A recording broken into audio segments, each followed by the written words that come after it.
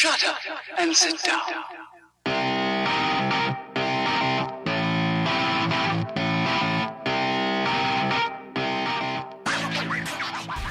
The beloved bicycle. There's nothing quite like it. It's fun and good for you. Moving on my scraper bike. I'm cruising on my scraper bike. My scraper bike go hard. I don't need no cord. Smashing on my scraper bike. Scraping on my scraper bike. Scraping on my scraper bike. On my scraper bike. On my scraper bike. On my scraper bike. On my scraper bike. I know you missed me, but your favorite queen of intros is back and more pro than ever. Even though you're about to listen to the Dialed podcast with Matt Legrand, Evan Price, Lance Hepler, and Jake Von During, we both know what you really came here for. Quote of the day from retired U.S. women's soccer player Mia Hamm: I am building a fire, and every day I train, I add more fuel. At just the right moment, I light the match. So, I have to ask you, are you building your fire? Are you with me? Come on, let's ride. Cruising on my scraper bike. My scraper bike go hard. I don't need no cord. Smashing on my scraper bike. Scraping on my scraper bike. Scraping on my scraper bike. On my scraper bike. On my scraper bike. On my scraper bike. Hey, are you looking for a city bike or like a one buy? Do you want flat bars or drop bars? Are you looking for like a flip-flop hub fixie with bullhorns? Maybe you're like a Cat 6 racer trying to defend your KOM on Strava? Hi, and welcome back to the Dial Podcast. I'm Jake Von During, and today I'm here with Evan Price. What's everybody drinking today? I'm drinking the cup of coffee that you bought me. Thank you. I know I'm for not this. drinking already. Yes. I am also drinking that cup of coffee. water. What is it? It's just like It's from Taza. normal coffee? Dark. It's their Costa Rican one. Ooh. I just figured smooth. that's a good country for coffee. Thank so, you. Yeah. Thank you for this. A little homebrew A little homebrew. coffee here and some sparkling water on my side.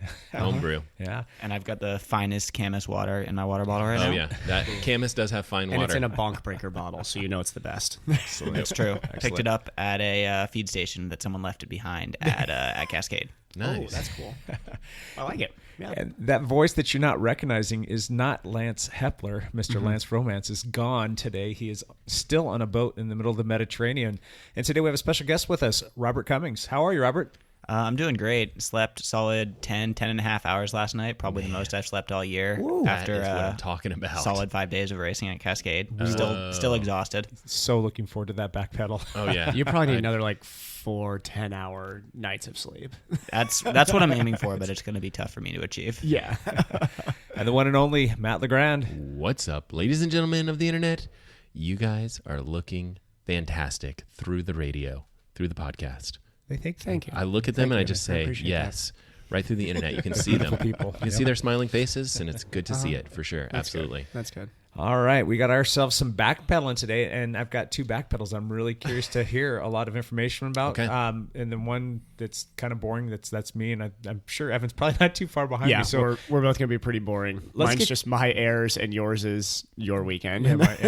let's get you out of the way real quick. Back pedal for us, Evan. I went to Blue Lake Yeah. for the race. With Jake was there too. Matt was there. It was fun. A lot of people raced. Blue Lake Is the PDX Blue Lake Triathlon. Am I saying, is that what the full name is now? I think that it's going to be called so it it was just called gonna the Blue be Lake. PDX? It was called the Blue Lake. It used to be Triathlon. Blue Lake. Now it's Historically, gonna- this is the Blue and Lake. now it's going to be called the PDX Triathlon at Blue Lake. Okay. So yeah. Okay. Yep. So we'll Is that call it kind that. of like the Anaheim Angels of Los Angeles and California, Anaheim. Yes. United States of America. Yeah. Guess I'm- Planet Earth. Remember that old scuttlebutt? No. Yeah. put on by Y Triathlon events, which Y- is Y awesome. racing events, 'cause they Y, do more than Y triathlon. racing events, yes. And they put on a great race again. There were a ton of people out there. It was a beautiful day. Yeah. Yeah. Little overcast, which was perfect for racing. A lot of PRs out of people, which was great to see. Cassie PR'd by 17 minutes. Who does that? 17 minutes in her Olympic distance. Wow. That's Cassie is impressive. Evan's girlfriend, if for those of you guys that don't know. 12 months later. Yeah. It's pretty It's cool. amazing what, she just started biking a lot. That's how important the bike is. Is in that what triathlon. happens when you start dating Evan Price? No. Because is if so, Evan, do you want to go out sometime? What's our sample size? There you go. Yeah. Sample size of one. Me and Matt will go dating until Whistler. I know. So we something. can just cut an hour I off just- of your ride. All I need is 17. I'll take 17 minutes. I'll take whatever I can get. But yeah, so outside of that, cutting a hard left here. Okay. Last week, I was called out by Tonk. Correct. You know what's good? I love that our listeners are way smarter than I am. I'm good that the one giving information is much dumber than the people receiving Yeah. it. So Tonk had told me, So he put up, what was it, the top 10 states, Jake, with the lowest rates of skin cancer. Yeah, we were and nowhere near that. The top two were both in the Northeast. So, and then there was, if I'm not mistaken, wasn't there a list of the top 10 like most common or most highest cancer rates? Cancer rates, yes, for melanoma, if I'm not mistaken. Melanoma, and yeah. like Washington State was like second or third or something like that on that list. I didn't look at that list. I just looked at the Northeast was definitely number one and not us on lowest rates. So were the states like Arizona that were really high? That's what I would expect. Like Arizona. And for the record here, like this is me being dumb too, but I actually heard that stat from a dermatologist. I will not call out the dermatologist, but I actually got that information from a dermatologist. I would think like also like I'm not sure if he was just trying to get people to move to the Northwest maybe. Or maybe like states with higher altitude. I bet you states with higher altitude have issues also. Oh yeah, like Colorado. And think about like Oregon and Washington, we have some of these mountains, you know, people are doing whatever. This is true. Whatever people do on mountains. We also think we don't have to wear sunscreen because it's like cloudy 9 months out of the year. Yep. So So in there it said the highest rates of melanoma are in some of the cloudiest states like Washington, Oregon, and Vermont. So that's crazy. Yeah, and I think it largely probably has something to do with the fact that it is cloudy and you still are getting those UV rays, and people just don't think to put on sunscreen, so you're just more exposed. That could be a skewed stat, though, because I think a lot of people from sunny places have started to move into places like Seattle, Portland, Washington, Oregon, and the Northeast. So you were already at risk when you were younger, maybe having grown up like Jake in California. Just saying. It's a stretch here, buddy. I'm just making excuses right now. So what does this stem from? Like, what did we say on the podcast a couple weeks ago? We were talking about sunscreen. Were you saying did you say you don't have to wear sunscreen because it's too No. cloudy, I wasn't saying that. I was just saying that I'm not as concerned about it for reasons that are clearly very stupid. But a passing comment that our sunscreen usage or maybe lack thereof wasn't a big deal because we're in Washington. It's cloudy. We don't have a high rate of skin cancer. Here. It's a good thing I'm not a dermatologist right now, or I'd be in trouble. Yeah, that was funny. You got served. There's my whole back pedal. My back pedal is on my airs before we go talking about the Giro. Michael Woods didn't win the Giro if anybody was watching. So did he start the Giro? I think he's focusing on the Tour. So in my head, he was going to be focusing on the Giro 2 months ago.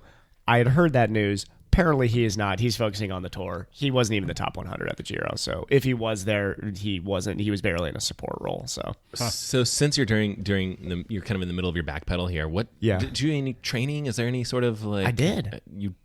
I had like a triple PR day on Sunday. What? I PR'd on my bike route on 2 of my little favorite Strava segments. So wait, you're using Strava now? Well, I'm indirectly using Strava right now. I load my rides from outside because I figured out how to link them up to my phone. Okay, we got to get you. Yeah.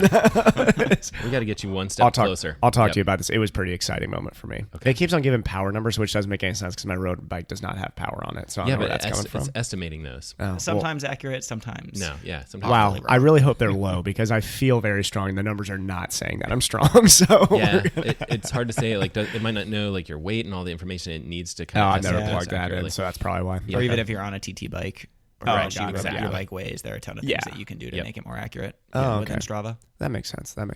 But yeah. What were your favorite routes that you were chasing? The Vancouver Hustle route. Okay. The backside of that Vancouver Hustle route, that long false flat section. Yeah. And then Lake Road, the whole thing, Lake Road. Gotcha. Which Jake Holds has a stranglehold on that KOM that I thought for sure I was going to be close to, and I was not. So. Oh, really? Okay. Yeah. Yeah. I'm sure it's just I was right next to some other fast guys, but all these fast guys are not even. We need Robert to go out there and take that from Jake, or Jake's going to hold that forever. Just go for those. How steep is that section? Because if it's below 5%, I don't think I'm going to. That's the problem. That's the problem. Is it's I think right enough. At 5%. It's like the perfect Jake climb. Yeah. It's my wheelhouse. It is his wheelhouse. It's right in his wheelhouse. But yeah. Matt, Backpedal Force. You had a race yesterday. Yes, yeah. This week was good and bad. I had lots of ups and downs. I had this free open water swim series, which was awesome. Which was really fun. It was super cool. Yeah, I mean, Robert, we'll get you swimming someday. My mom swims a lot, so I've got a foundation. Really? Oh, I'm the only person in my family who doesn't swim a decent amount. You would love it. I mean, this was basically like beautiful day. Go hang out at the lake with friends, like cooking out food, stuff like that. Go float around a little bit in the water. Call it a free swim race or whatever it is. Mm-hmm. And we had a huge group. We probably had like 40, 50 people. Yeah. There were a lot of people there when I got there. It was really fun. And Jake took pictures. We will post something to the account. If you guys want to check out some photos. It was really cool. I was really happy with the turnout. I swam hard, and I felt like you had I swam a great well. time. Yeah, no, you had a really good time. And then the big question: did that translate well to the race that I did yesterday? Not so much. I was very confused by that. You Not should so have been much. faster. I don't know. Your fitness says you're faster. Yeah, so I raced that blue. We were talking about the blue lake race, PDX triathlon, and I did okay on the swim. I didn't do that bad. I think the course was just long or something. You were right off of the chase group. I mean, you were right there, but I still think that you were faster than that chase group. I should have been. I think it was within my. I had like a watch time that looked faster than my results time, so I'm not sure where the mix-up is with that. I've heard that from a few people. Yeah. That their times on their off. watch and their Garmin's or whatever were faster than what the official times were. Which is like almost like 2 minutes. Yeah, it was you're like, probably the fourth person I've heard that from, and I just now I've heard that too many times. I bet they didn't take the swim times till the T1 map. something weird happened there. I can take a look at it and figure out, because then my bike times were the opposite. I thought Very fast. it was like my result time was fast and my watch time was slow. And so I was like, okay, whatever. It doesn't matter. It kind of washes out or whatever it is. So I was doing decent. You guys thought I was top 10 overall at the race. I was not. What were you? I was top 10 after the bike, and then I started running. Oh, so well, didn't they have? I still thought that he was top 10. Were there multiple waves, and then they had to come back and like tabulate everything? Is that what it was? There were, but there's only one guy that I think made the jump from the Berg. Yeah, exactly. Matt Berg. Matt Berg, who I talked to about this, and I said, hey, Matt, you need to listen to our podcast. So hopefully he's going to tune into this one and hear his own name. Yeah. What a cool guy. I love hanging out with that guy. I talked to him last year after the race. Really the only conversation I've ever had with the guy. Super just down to earth. Yep. Nice guy. Family guy. He's got kids. Yeah. And his family was out there at the race, and just such a cool. Yeah, he. I held him off on the bike because he had started 6 minutes back or something like that.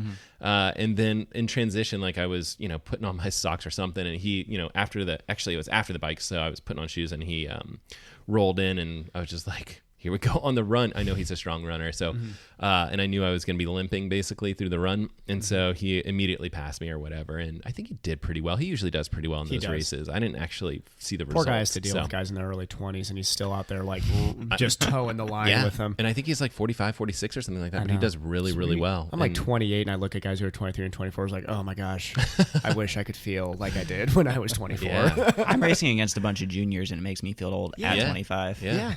I mean, 17, 18-year-olds. Yeah, because people roll their can't eyes control at their that. bodies, but they are fast. Yeah. And you've been racing at that level for a while, and you remember how you felt when you were 18 or 19. You like go and train all day, wake up the next morning, and be like, okay, that was fine. I feel good. Now it's like oil the joints and everything to get moving. Yep. And my joints were not properly. They were not properly oiled. One very specific joint was. So I started running at like 7-minute pace or something like that, which I was happy with, and it was fine.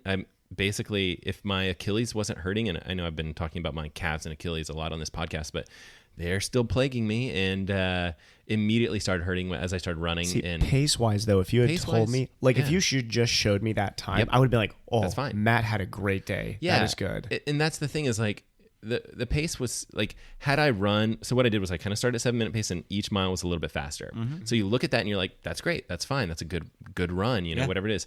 And had my Achilles not been like hurting in a very bad way, I would have been fine with it. Like, I don't care if I'm a little bit slow or whatever it is. I just don't want to have like that injury type pain, because I know it's like, I'm walking with a limp today, and I know I'm not going to be able to run for at least 2 weeks. Like all this stuff that does not bode well for future racing, right? And so I was pretty disappointed with the race as a whole. I don't care place-wise or time-wise that much about the race exactly. I mean, I don't think I did that bad.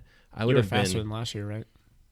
I think last year I was dealing with something similar. Like I was dealing with like a calf. You were quite a bit faster than last year, I think. Yeah, so. And all in all, it's kind of like I think I can run significantly faster than all of these times and stuff like that. Like, I think a normal time for me would have been 6 minutes faster, basically, on the 10K or whatever. Yeah. So that's fine. Yeah. It's not a big deal, or maybe 4 minutes faster at least. Anyway, but I think it's okay. I wish this Achilles was a little bit better. Overall, I'm starting to rethink kind of the season and whether or not I need to like pull the plug on some big races and stuff like that. So it's something I'll just think about for a while, and I got time to figure it all out. But The rest of the week was really enjoyable. Like I said, I really had a great time at that swim series thing. We're doing another one of those in a week, so I'm pretty pumped about kind of the fun things that we're doing this summer. I know that you inspired my wife and her friends to go out there every Thursday now. Even like the weeks that you're not doing it, to do the basic swim series that you guys have put together, so that when you do the next swim series, they're going to be even more prepared, and they want to roll that into their racing. So how did the beginners enjoy it? Did they what was the feedback from the beginners? So I saw so many people that were really freaked out about the swim. Oh yeah. And that worries me too, because you can drown, like you can panic in the water, and like, I mean, this it's a major fear to be like, hey, I'm gonna have this group swim, and hopefully we don't have anyone die out there, like knock on wood. But like, and so I chatted with a couple people that were really freaked out, and just kind of like gave one person like one of my little flotation things, and another person I'm just like, start in the back and do whatever you want to. You want to swim here and back, like that's great. But everyone did well, and I think they, they'll start to get more confident in the water. And hopefully the second swim series, there's going to be 3 of them. Hopefully the second one, they'll be able to, kind of try to go the full distance or whatever it is. I mean, I think people are doing really well with it. So yeah, I'm excited. Awesome. Yeah, it's such a safe environment to practice a race scenario, which is hard to simulate. It's really hard to simulate what the washing machine feels like. So and even from just my quick experience, it's like I can tell a huge difference between racing, in a triathlon, and even the free open water swim series, where people are just kind of like, whatever. I'm not, and also I'm not trying to nitpick on Matt's race, for but it. I watched your start. You were so not for how fast of a swimmer you are. I almost wanted to yell at you. You were not aggressive enough at that start. You should have been That's right. What I need feedback. You should have been right up next to Devin Volker. You're almost as fast of a swimmer as that kid. Yeah. He's a very fast swimmer, but you're right there with him. Yeah. Because Nate can outswim him. So, I mean, you were right there with him. You should have been right on his tail as soon as the race started. Got on his toes and held you, on for dear life. life. You had the wrong line. As soon as I saw you choose the guy's feet, I was like, he's not gonna make it to next the buoy in time. This thing has a camera on it. This phone of yours. I'm just gonna yell at you through my camera as you're racing. You can record it, and then you can show it to me, and we can like just my face yelling problems. at you. Yeah. I'll take any sort of feedback. You're faster than that, Matt. Yeah, absolutely. Thanks. I'll definitely take feedback for sure. You had a great back end though. As soon as you hit the turn point on the far, I was like, well, he's making up ground already to the group. Yeah. I don't know. I definitely think I could have swam a little bit better. That's okay. Okay. How did you do this year in comparison to last year? I think the best thing to do would be to compare myself to 2 years ago. 2 years ago. I guess that'd be right, because you getting ready for Arizona. I'm getting ready for Arizona, right? Yeah, and I think, and I don't really remember. I still haven't really looked at the results that closely yet, just because we were super busy yesterday. But I'll go back and look at it. I think I was faster swimming, pretty similar on the bike, depending on kind of like which split you use, whether it's like my watch split or their timing chips, and then slower on the run significantly. Gotcha. So yeah, probably, all of that, you add all that together and it ends up being a little bit slower. So, and that race is getting more and more competitive each year, right? Cool. It's growing in size and, usually I'm kind of like close to top 10 and I wasn't that, I mean, it's 13th. That's not that far off. Like all in all, I wouldn't be that disappointed in this race if it wasn't for the Achilles pain, you know? Yeah. So yeah. Good. Robert, you had man, I'm excited about a this. heck of a weekend, man. Backpedal for us. It's a 5-day race. Oh my gosh! Yeah, I thought it was 3. No. So Cascade has a couple different divisions for the Pro 1, 2, 3 women, the Pro 1 men, and the 2 men, which is what I was racing in. It's a 5-day race, and then for all the other categories, they fall under the OBRA banner rather than USAC, and those are 3 days. Gotcha. But so first day was, I think, a 47-mile circuit race with a couple short hard climbs and about 9 miles of gravel or so, which are pretty mellow. Only 9, yeah. The gravel was pretty mellow. I guess really most of it was more dirt roads than even gravel. Can you like basically just use road bike and road? What tires? I was just riding my road bike, and I always run 28s. 28s, okay. And I had no problems with that. I think I only saw one or 2 flats there. Will you run 28s like pretty much no matter what? Like pancake flat. Yep. Okay. Yep. Gotcha. I run 28s, and I run it at 60 psi, even though I'm not running tubeless, and apparently that's a lot lower than a lot of people run. Yeah. But I don't get any pinch flats at all. Right. It's not a problem for me. What wheels do you have? Are they wide? They're the previous generation Zip 303s. Okay. I think the internal width is probably 17 millimeters, somewhere around that. Yeah. So not super wide, not the new generation of like 20 plus millimeter internal width. Oh, dude, we should talk about this because I think you can go faster. I believe you. I'm sure that I could, but I don't know if I have the money to go faster. No. It's not necessarily even like you could probably change tires and go like I don't know. We'll talk. Oh yeah. In terms of the aerodynamics, and the wider tire being less aerodynamic. Yeah, that for sure. Yep. Yeah. But I think you could go even like 25. You could definitely go 23, and then higher PSI potentially. I don't know if it'll be less comfortable. Yeah, but it'll be faster. That's kind of the trade-off. Trade-off, yeah, for sure. Yeah. Day 2, and I just kind of finished in the lead pack. Avoided a couple crashes late on that first day. Second day was a 60-mile road race with about 6,500 feet of climbing. So pretty much just up and down the entire day. Most of it wasn't too steep, but definitely enough climbing to be pretty selective. And ended up, I think, 8th on that day, 3rd or 4th in the main group with a breakaway that got away with about 10, 15K to go. I was pretty happy about that. Yeah. Third day was really unexpectedly hard. It was looking at the profile, and it was long, 96 miles, but pretty mellow in terms of the profile. The elevation gain was, I think, a total of 4,000, but the almost all or more than half of that came with a final climb of about 7 or 8 miles. Is that like Deschutes Forest, like climbing back into Bend kind of thing? That was over that was Cascade Lakes. Okay. So you're starting out on the Mount Baker Bachelor Access Road. Then you take a left down into the Cascade Lakes range and do 2 laps before climbing up out. And that final climb is around 2,000, 2,500 feet, with 2 relatively mellow 500-foot climbs, one each lap. So did you feel like you got pretty aggressive kind of right at the end there, kind of climbing back out? Well, so the unexpected part is there were 2 miles of gravel listed, and I think everyone in the race figured it would be about the same as the first day's gravel, which really was not significantly impactful. But it was really brutal gravel. I think it had been freshly relayed, so a lot of very, very loose gravel. That'll make some it a golf ball sized wow. and bigger rocks that really caught us by surprise. I think the pros, from what I heard, the pros had somewhere around 15 flats the first time they hit that section because they weren't ready for it. And it was still actually, I think, the most selective part of the race. Things came back together after it both times, but only about 10, 15 people got through that in the lead group, both of the 2 laps. Unfortunately, no one really wanted to work, which is a shame.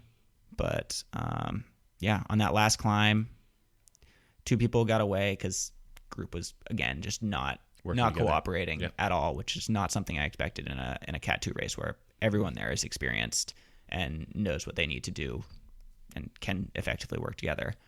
But was patient and ended up getting second in the sprint from that group. Wow. Nice. Well done. So I was, What the sprint look like? Was it sharp sort of climb to end it, or was it? It was kind of level out towards the end of that climb. Still gradually uphill. The climb was, again, still relatively gradual, maybe 5-6% average. Okay. Yeah. But it was probably around that percentage at the end. But it was a technical finish, which was not listed in the tech guide. Figured it would just be on the road. But, Surprise. Yeah. But instead, it was a 90-degree right-hand turn and then a left-right chicane in a parking lot into the finish. In a parking lot. Yeah. Huh. Interesting. Yeah. Oh, by the way, actually, I think when I went to go spectate this 2 years ago, I think I remember that stage. Yeah, I think it's pretty much the same. Same? Okay, no, I do remember that because interesting thing is I think that year the men's field caught the women's field as they're all coming into the sprint together. So Lovely. I'm sure you could imagine that situation. Yeah. You're like, oh, well, I have no idea what's going on right now. But wow. Sounds like chaos. Yeah.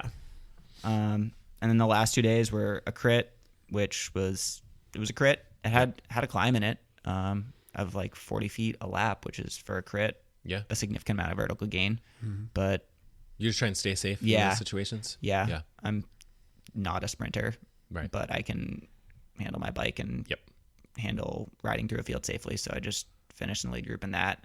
And then yesterday, last day was a circuit race of 5.8 miles, supposed to be about 90 minutes and upwards of 500 feet of climbing per lap. So I would say probably the hardest parcours of the 5 days. Wow. And that that circuit race had two ramps of maybe 15-20% for Okay. for only That's pretty selective. Yeah, only That's probably good for you, though. Only 100 meters or so each. Yeah, it was good for me, but they were a little too far from the end because last lap I was off the front by maybe 10 seconds off after the second one. But I didn't think I was going to be able to hold that gap. So I kind of eased up and then opened up my sprint too early and let a bunch of people that I had been stronger than throughout the race by me. Yeah. Okay. Oops. But lessons learned. Played the last match a little bit too early. Yeah. Still early in my road racing experiences outside of Cat 3s, and it's certainly very different. You know, I think some of that's just That's pretty impressive though to be going from the Cat 3 mix to now being directly at the front of the Cat 2 mix, Yeah, which, that like is you said, impressive. is incredibly different racing. But a lot of that's just like the layout of the course. It just made it's each course is going to be slightly different. Some are going to be more in your favor than others, and sometimes that the course lines up and it's perfect for someone like Jake to be like, okay, I get through this hill and then I still have this sprint and I can do it. Whereas like a different course for you might be having a hill slightly closer to the finish, and you would have hammered those guys, no problem. You need like a 12-mile climb with random 15% pitches throughout it just to drop everybody. That's my bag. Yeah. Well, cool, man. That's really cool. Congratulations on that race. Now is that race? I had heard some whisperings a couple years ago that was having some trouble with the race organizers. Is that race still going to stay around? Yeah. So my understanding of it is, it didn't happen last year because there was a transfer of ownership, and they weren't able to get things all set up in order to run it last year. But as far as I know, it's going to continue in its current good form. Now. That's cool. Do you think it was as good as the older model? I couldn't speak to it. I mean, I've only lived in Oregon for a couple years and only been road racing seriously since I've lived in Oregon, so I wasn't really aware of it and had never raced it in the past. Yeah. Overall, what are the go again? Sorry about that. overall results for the cumulative thing? I got seventh. Seventh? Yeah. Awesome. How big Top was the 10 field? at Cascades. Wow. That's huge. I think the field started at 60. There were quite a few DNFs due to mechanicals. Well, it's just 5 days of racing, so you're going to get people dropping out. Yeah. But I mean, I think there were more than 10 on that third day with the gravel with section. the gravel. Yeah. Wow. Was there a guy named part of the Daniel? racing. Do you remember a guy named Daniel Lincoln? Did he go? I know. over there? I think he was in the Pro 1 field. Pro 1 I know Dan Lincoln, and I think he actually recently joined a team that's I believe is based out of Seattle, Hangar 15. Really? Okay. 'Cause he had been racing for River City, kind of solo. I thought he was like therapeutics, or I don't know. He was therapeutics. And then I think River last City, year, and then and then- River City at the Gotcha. beginning of this year. Yep. But then he won Walla Walla in the Pro 1-2 field, and I think that got him some recognition picked from up. more established. That's the guy that cohesive I team. told you was like a super stud runner back in the day. Oh, yeah. I do remember you mentioning him. He has some. Yeah. He's incredibly strong. He's got some. Well, Will somebody teach him to swim, please? I was saying that like as good of a biker he was significantly better at running. Wow. Like Olympics. Yeah, big time. That's Actually, he had the American record in the steeplechase for a while. That's what it was, the steeplechase. Yeah. I know you said he had cool. some specialty. Yeah, That is- But I mean, he was that's good at the 10. specialized. He was good Yeah. at the 10K and the 5K. He was. Did him and Quinn ever race each other? Are they around the same age? No. No. Well, I mean, it's possible. Quinn's probably a couple years younger. Because you said Dan was. Oh, I thought you said Dan was like. But his Quinn would know mid-30s who too. he is because he was famous. You know, got I it. mean, you should like get his autograph. He was an Olympian, For all, right? for all you old people runners, you know, guys creeping up towards 40 here, so Oh, man. or are 40. I'm wondering if because Daniel Lincoln's about my age too, so he might be 40 or he might be 39. Yeah, he's he's somewhere in somewhere that range. Yeah, so Racing Meb back in the day. Maybe. Yeah, he would have raced Yeah. Meb, probably.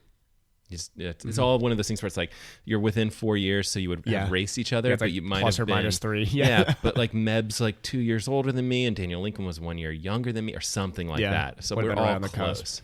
But he was really, really good runner, and now really, really good cyclist. So it's good to see. You see that a lot. I mean, we had that in Ohio. We had a couple guys who ran, they were Big Ten, so like Wisconsin cross country guys who just at some point they're like, I'm done with running. Pick up a bike, give them 2 years, and all of a sudden they're crazy fast. Kind of like me, right? Exactly like that. It doesn't always work out. It doesn't always work out that way. Like if I didn't know any better, I would guess Robert was some like D1 collegiate runner. Yeah. You do look lean. You look lean. He Like does. you definitely look like you could climb for sure on the bike. Yep. Yeah. That's Yep. My background is in skiing, and I started. Oh, really? Yeah, I skiing. started racing bikes a lot more after I blew my ACL my senior year of high school, and then blew it again. 9 Downhilling months and later. cross country or just downhilling usually? Downhill. Downhill, And freestyle. Nice. Wow, Oh, that's awesome. We need to post some of that. You need to send us some video of your best freestyle, and we can post it on the podcast. That'd be cool. All right, yeah, I'll send an old edit. Backflips and stuff. Yes. That's crazy. All right, my backpedal real quick. I had a couple rides last week with Matt. That was fun. Got to do beaches with you for the first time in a couple years. Oh my gosh, that was awesome. That was a good time, yeah. Oh man, that hurt so bad. These guys just destroyed me. Jake and Alan Plank came out, which is good. Oh, so beaches was a fast ride because It was. Yeah, we put down some watts, even though I said I wasn't going to do it. It's just I couldn't. You always say that, and then you always put down watts. Yes, exactly. Social ride. And by social, I mean I'm going to socially destroy you. So we went out, had a good ride. And I just love the fact that like Monday rolls around and you go out and you do that ride and you get home and you're like, it's sunny the whole time. Yep. And you leave your house at like, I don't know, like 5 o'clock or something like that. And you get back and I had, I think 52 miles on the day and I still was able to hang out with my family. It's just like, I don't know. I wish we had that year round. That would be fantastic. Yeah. Oh God. This time of year, it's a lovely thing. Tens of millions of people would live here though if that was the case. Yes. So. We had our little Fog Hat Friday ride, which was pretty awesome. Yeah. So that was that social ride that I plugged last week, and we had. I went back and counted up the video, and then I had to add in Matt because he joined up. I with showed us up an hour and a half late. You showed up an hour and a half long late was for the an hour and ride? a half ride. The ride was supposed to be about the ride was an hour. The ride was supposed to be an hour and a half, basically. Yeah. And I literally was. An Also, hour you and a half caught late. the last 5 minutes. That was nice of you. So I He was still there for like the last half hour of I it. thought I was. Yeah, I mean, I think the ride just went long and took like they were just enjoying their time out there, like really just chilling out, and that gave me the opportunity to ride with the group a little bit, which was good. Yeah, and we had a bunch of new people, and we said that we're going to go the speed of the slowest person. So we just went where everybody felt comfortable, and everybody stayed together. It was 21 and a half miles, and it took us, I think, an hour and 45 minutes to finish. So Solid. It's my type of ride. the I like that. kilojoules, my kilojoules expended on that were, I think it was like 357 or something like that for that hour and 45. And then we went out the next day and did our team ride, and I think it was the same time period, and I did like another you guys 1,500 kilojoules on top of that. It was kind of nuts.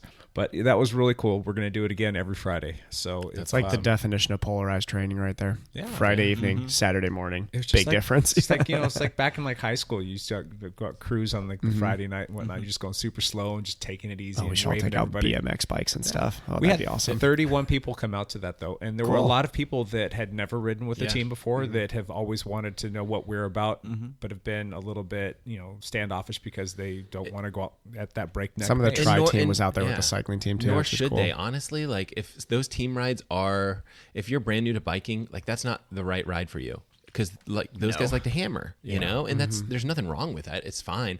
But like, and that group ride on Friday is perfect, right? Because Exactly. you have people on all different types of bikes. There was like mountain bikes and all kinds of different stuff, and people were conversational the whole time. It was just really mellow. So I'm really glad that the team is doing that ride on Friday nights. It's gonna be fun, and I got to ride with my wife too. I mean, that was the it's really longest cool. I'd ever ridden with my wife. So Wow. we That's pretty cool. Yeah.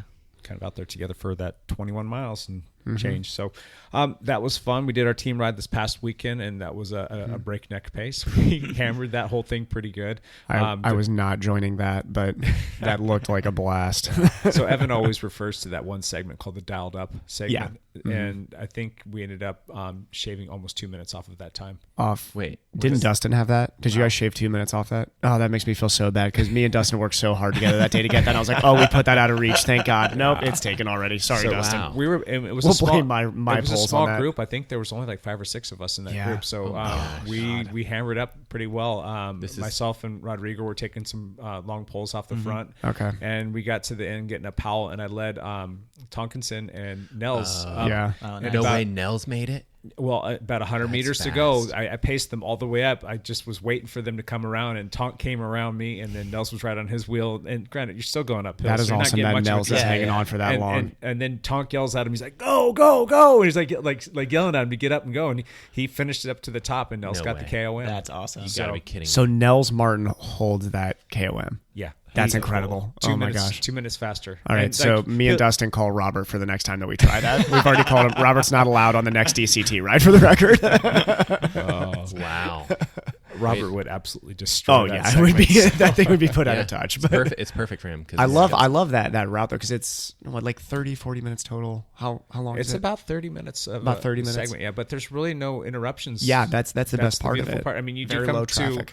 You have to turn left once. You have to turn right at a stop sign onto the 500. Yep. Generally speaking, you can get around there with no problem with cars, and you do have to make a left-hand turn to kind of continue back on there. But once you do that, you're and the left-hand turn riding. is kind of smooth, yeah. And even if you do have to stop for a car for a split second, not a big deal. You're not going to lose too much time. So it's a good little route for everybody to go out there and train on. So I'll have to check that out. I don't think I've ever ridden there. Yeah, it's pretty up there. You've probably done the ride with us before. It's I've done going up to Larch Mountain on the Washington side. I don't think I've ever gone up Larch Mountain in Washington. Oh, no. you'll love it. You got I've ridden the next one. Oregonian It's fun. Larch If there's many one times. person in the Dial community that could take that away from Mike Guyvan, I'm sitting right next to him. His name's Robert Cummings. So don't forget Jordan. Wouldn't never forget. that's well, true. Yeah. God. We really should have just like a pure we just shootout need to have ride up that. like just a full pure on, shootout. like, throw down between these guys. We'll like time trial fashion. Yeah. That'd be fun. It's a nice. We should long, put that pretty... thing way out of touch. Like everybody's got an assignment, so like I'll time trial for 2 miles. That's probably all I'm worth there. Jake will time trial for 5 miles, and then we'll just slowly lead out Robert and Jordan to this final sprint up I'm Larch. talking about the full Larch climb though, not Yeah. just the Powell section, but it was a segment that That's a stood long for climb. almost 10 years. Oh wow. And one of our teammates, you know Mike Guyvan, have you met him yet? Yeah. Okay, he just took it like about a month ago, and He's in got good it pretty shape right handily, now. which was He's in pretty really good. good shape right It's now. not that strong. steep at the top. No, Once it you does get up flatten there. out. I mean, there are some kickers getting up to it, Yeah. but it's just a long little. It's a great ride. route. Do you know it's not a fun way to get up Larch? The way that me and David rode on Saturday. I think we went by the prison. Yeah, you guys were on the gravel Oh, roads. okay. All gravel.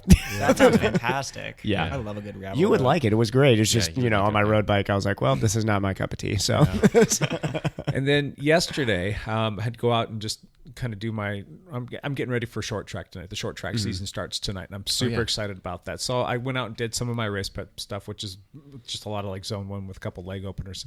And I'm doing my second leg opener, and there's a section coming back on, 20th? If I'm not mistaken, that's what's over there. It splits between Tapped and Twilight, coming back on to Canvas Swords Lake. Yep. And there's a section called... Yeah. Is there a Like section city, through there's a there? city line. I mean, there's this little coming into Camas section there. There's that, and then there's another segment that starts and it goes past Lacamas, like the Lacamas Hill climb or something like that. Yeah, I don't know. I love that coming back from Lacamas to Tapped. And that was roughly where I was going to start my Okay. my last little thing, because I wanted to have a little bit of a climb in there just to kind of open up my legs about for 3 minutes just to get primed and ready to go. And I forgot all about it, but it popped up on my Garmin that you're chasing a particular segment. I'm like, oh, and then it's on. It's I'm on like, now. all right. And then in order for this to work though, the light has to be green, because you're not going to run a red light, right? Oh, yeah. No. And You're I'm gonna lose coming a up lot on, of I'm time like, by the light. oh, the light's going to change, because I'm way out and the light's green. And we never hit that light. And no, and there's cars sitting at both sides of the intersection waiting, so they've tripped the timer for it to turn. I'm like, yeah, I'm just going to stop and whatever, and maybe I'll go a little bit further after the climb just to do my thing. And I'm waiting for the light to turn green or red, waiting.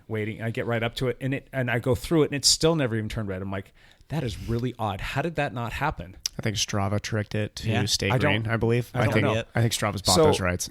Something happens there. I'm not sure why that happened, but it happened. I'm like, all right, cool. And I'm looking down, and I'm just like, all right, you're 3 seconds ahead of the KOM pace. Yeah. Get up to Lacamas, and I'm like, you're 4 or 5 seconds ahead of it. And I'm like, wait a second. Who has the KOM on this right now? Because I used to have it. And I'm like, I think Michael Myers had that KOM, and he took no it from way. me. He's last got to, year. because he rode by there And all the time. He Yeah. and I would always trade segments, and it was kind of like hey, your turn, like tag, Yeah. you're it. Yeah. And it was, and I always tell everybody, go take all of my segments. I don't care about like having this big trophy, because some people get upset about that kind of it's the stuff. coolest thing taking those. Yeah. No, you take it from me, and then I'll try and go get it back, and that's going to make me a little bit sharper. I'm going to go train a little bit harder. But it kind of sunk in as I'm going past the Lacamas Swim Sport, and I'm like, do I take this from my friend who is no longer with us? Yeah. Yeah. And I'm like starting to think, I get the title of your ride now. I know which ride you're talking about. Yeah. what would Michael tell me to do if I was going to do that? He would say, go take it. Oh, he'd want you to take Go that. take it. And I'm thinking back, I'm like, because I even scrolled, because you can like touch the side of your Garmin, you can see what you're chasing, and I had it set on KOM, and then it went to your highest ranked friend, or it was Michael Myers. I'm like, oh man, do I sit up on this and I just let him stay there in that spot? And I'm asking myself that question, and no joke, I've got my little aftershocks, like little bone conduction headphones going. This song pops on. And did you guys watch the little picture slideshow video that I made for Michael? And it was the Eric Church song, Carolina. Oh man. I'm not kidding you. Are you serious? that freaking song came on when I'm like 7 or 8 seconds ahead of him. And it's almost like, because every time I hear that song, it still makes me think of him. Yeah. That song came on. I'm like, you've got to be joking me right now. I have this green light. I've got, the cars that are sitting there, and this thing should have tripped. I'm questioning whether or not I should take this thing. I'm climbing up towards the end. I'm just a matter of like, I don't know, about 500 meters away from the finish. I'm well ahead of it. I'm thinking, I'm going to sit up. That song comes on. And it's like him telling me, go take that freaking segment. Absolutely. And I don't get like emotional about this stuff, but I almost started like, I don't know. Well, and even there's a little bit more to the story. I'll get to it in just a second. So I get up to the top, I crest it, and turn left, and you go down Astor like 100 meters or something like that, and then it's over. And I ended up taking the segment by like 8 or 9 minutes or seconds, sorry. And I was just like, that's the most surreal thing. Well, earlier in the day, I use this app called Time Hop. Yep. And there's I'm going through that because I go through it every single morning. You guys would joke, but I've looked at it every single day because it tells you at the end of the time up when you're done how many days consecutively you've looked at it. I'm like, I think it's 1,117 consecutive days. Wow. It's like over 3 years in running. And that morning I opened it up and there was a video that I was looking at of Michael. So it was like, that was my first touch with him in the morning. And it's just like, it was just kind of weird. And I posted that up last night and I didn't really connect that. And this is the first time I'm telling the story, but it started with that. So like, he'd kind of been on my mind because we were getting ready for the state championship not road race, but time trial last year, the day before. And I was taking a bunch of video of Michael because he wanted to make sure his TT position was spot on. So anyway, it was just a weird. That's all making sense now. Cause I saw the Tyler Your Strava ride and I'd seen the Carolina song and I was like, oh, I remember that was the song from the celebration of Mike's life. And I had completely not even realized that. Then I go over to Facebook and you had posted the video of him in the time trial position. Yeah. Because me and Cassie were watching that and I was like, oh God, I got to work on my, like, one look at Mike's position. I was like, I got a lot of work to do on my position. But so it was just kind of a weird, surreal day to have all of these like little reminders of him. And I don't know. I don't really get into the stuff too much, but it's like you almost felt a presence. Like he was like kind of talking to you. And I don't know. But anyway, I thought that was kind of super cool. Kind of a cool way to end the week. That is. And there's a couple segments that he still has that I think would be, I mean, that is a good question. Like, do you go out and like try to better Mike's times? And I think Mike's answer that would be absolutely. He would want us taking all of those like as a team. No question. People on the team that he rode with for years, I'm sure he'd love that. Yeah. And if for some reason I check out early, you guys go take every single one of them. We're doing group. We're gonna have to take group rides to get them because that guy in the TT position was basically a group of 8 of us trying to hammer. So. All right, so enough of that. Let's get into our lead out news. Let's see here, Evan. Why don't you start us off? I think you've got some Giro, the final Giro. We'll go with the international news from Lance's neck of the woods at this current moment. I think he's in Italy right now, so we'll pretend like Lance is in Italy. Yeah. But so there was, for the record, nobody here was right on who won. Big surprise. A whole lot of people predicted Carapaz. He was close. I think with Carapaz, if you had been paying attention to how Movistar's been developing and the fact that they've kind of gone away from that Quintana-centered team, they're so strong as a team that there was bound to be somebody coming out of that group that was going to be a Grand Tour contender. I would have guessed it was Mikel Landa if I would had to guess there. But speaking of Mikel Landa, Movistar had 2 guys in the top 5, Carapaz who won, and Mikel Landa who was. I believe he was 4th. Yeah, Roglic edged him out by like 4 seconds, I think. 4 seconds is what it was. Yeah, 4 seconds, which really, really is just a shame for the poor guy. Like that's you never want to be that close to a podium, especially when he was a teammate the entire time and left some seconds probably on the table in time trials. I'm guessing because of that team support role too. Yep. So that's a real shame for him. But Chad Haga won the final time trial, which is awesome. And that was his first real pro victory. I think he had something a minor one back in like 2013. Yeah, but this is a huge result for him. Yeah, that was really cool to see, and kind of. I mean, I don't want to say out of nowhere because he's incredibly strong, but it was definitely. I don't think anybody was going to put their money on him for the final time trial. So yeah, I think that was really cool, and he. So the final podium was the 2 guys who were watching each other the entire race, Nibali and Roglic. Nibali in second and Roglic in third. They just forgot about that guy in first, I think, who had gotten away on an early mountain stage and basically was the strongest rider the entire time. Yeah. I think when people maybe look back at the race, they may be like, oh, Nibali shouldn't have let him go. Nibali tried to attack him the rest of that Giro and was never able to drop him. Carapaz was the strongest rider in that race. So we made our pre-Giro predictions. What do I win for getting second place, or am I just the first loser? First loser. You're the first loser. Right, yeah. No, but I mean, picking Roglic was smart. Picking Michael Woods was not smart because he's going to be focusing on the Tour. So I basically picked somebody who's not competing at the Giro. Good choice. You Good went choice. Tom Dumoulin, Matt, right? Crushed it. Yeah. He was great for the first. So stage technically, and a Matt was the only one who was right here because he didn't pick anybody technically on this. So No. he was better than anybody else. No. Yeah. Lance was. I Did think Lance pick Tom? I don't remember what Lance picked. Roglic, wasn't it? He may have picked Roglic. Yeah. Roglic was the smart pick, but honestly, you look at that entire Giro, outside of the initial TT, he really didn't have a single impressive stage outside of that. Yeah. I mean, First TT. it's impressive him being in the selections he was, but he was, at least in the important stages, usually about a minute or 50 seconds off of either the Nibali group, the Carapaz group, or, I mean, he was next to Yates most of the time. Sure, but yeah. sure. Well, we've got a month now to recalibrate Before we go to the tour. Before we hit up the tour. So Yeah, Yeah. we're gonna have to put some like serious bets down. Like it's gonna get for the Everybody tour. needs to pick a podium. We got to be, Maybe we should have. Yeah, we'll talk about how we're. We gonna actually need to set do that our up. research before, so I'm not picking people who are not There. going to be competitive. I just liked Michael Woods a lot. Yeah. Okay. Fair enough. all right, let's move on in the news here. I'll get back to you in just one second, Robert, but maybe you've got some news for us on the Cascade.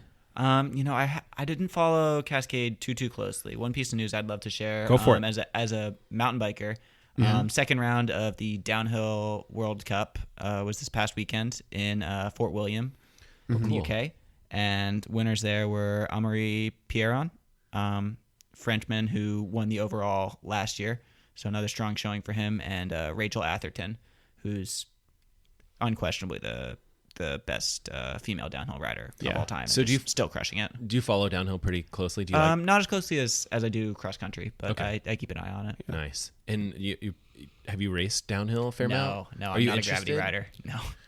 After it's too close to skiing, you're like, I'm done with this. If you want Yeah. the coolest YouTube videos ever, Yeah. just type in downhill mountain biking, Yeah. and you're going to get some of the coolest GoPro footage humans have ever taken. Absolutely. It is they take the wildest lines in the wildest places in the world. And it's I watch that incredible. stuff, and I can feel my blood pressure. Oh, going yeah. up. Like I'm nervous for them because it's all point of view stuff. Yep. Yeah. And I'm like, oh. And sometimes it's good when you're doing a workout on a trainer or something like to have that intensity because you can feel your like body start to just freak out. Like in lines off the side of cliffs and Yeah. There's not only that, but there's the urban stuff that they do too. Oh, Like, yeah. there's the Red Bull. Like, the Red Bull Urban, yeah, that's just nuts stuff. that is.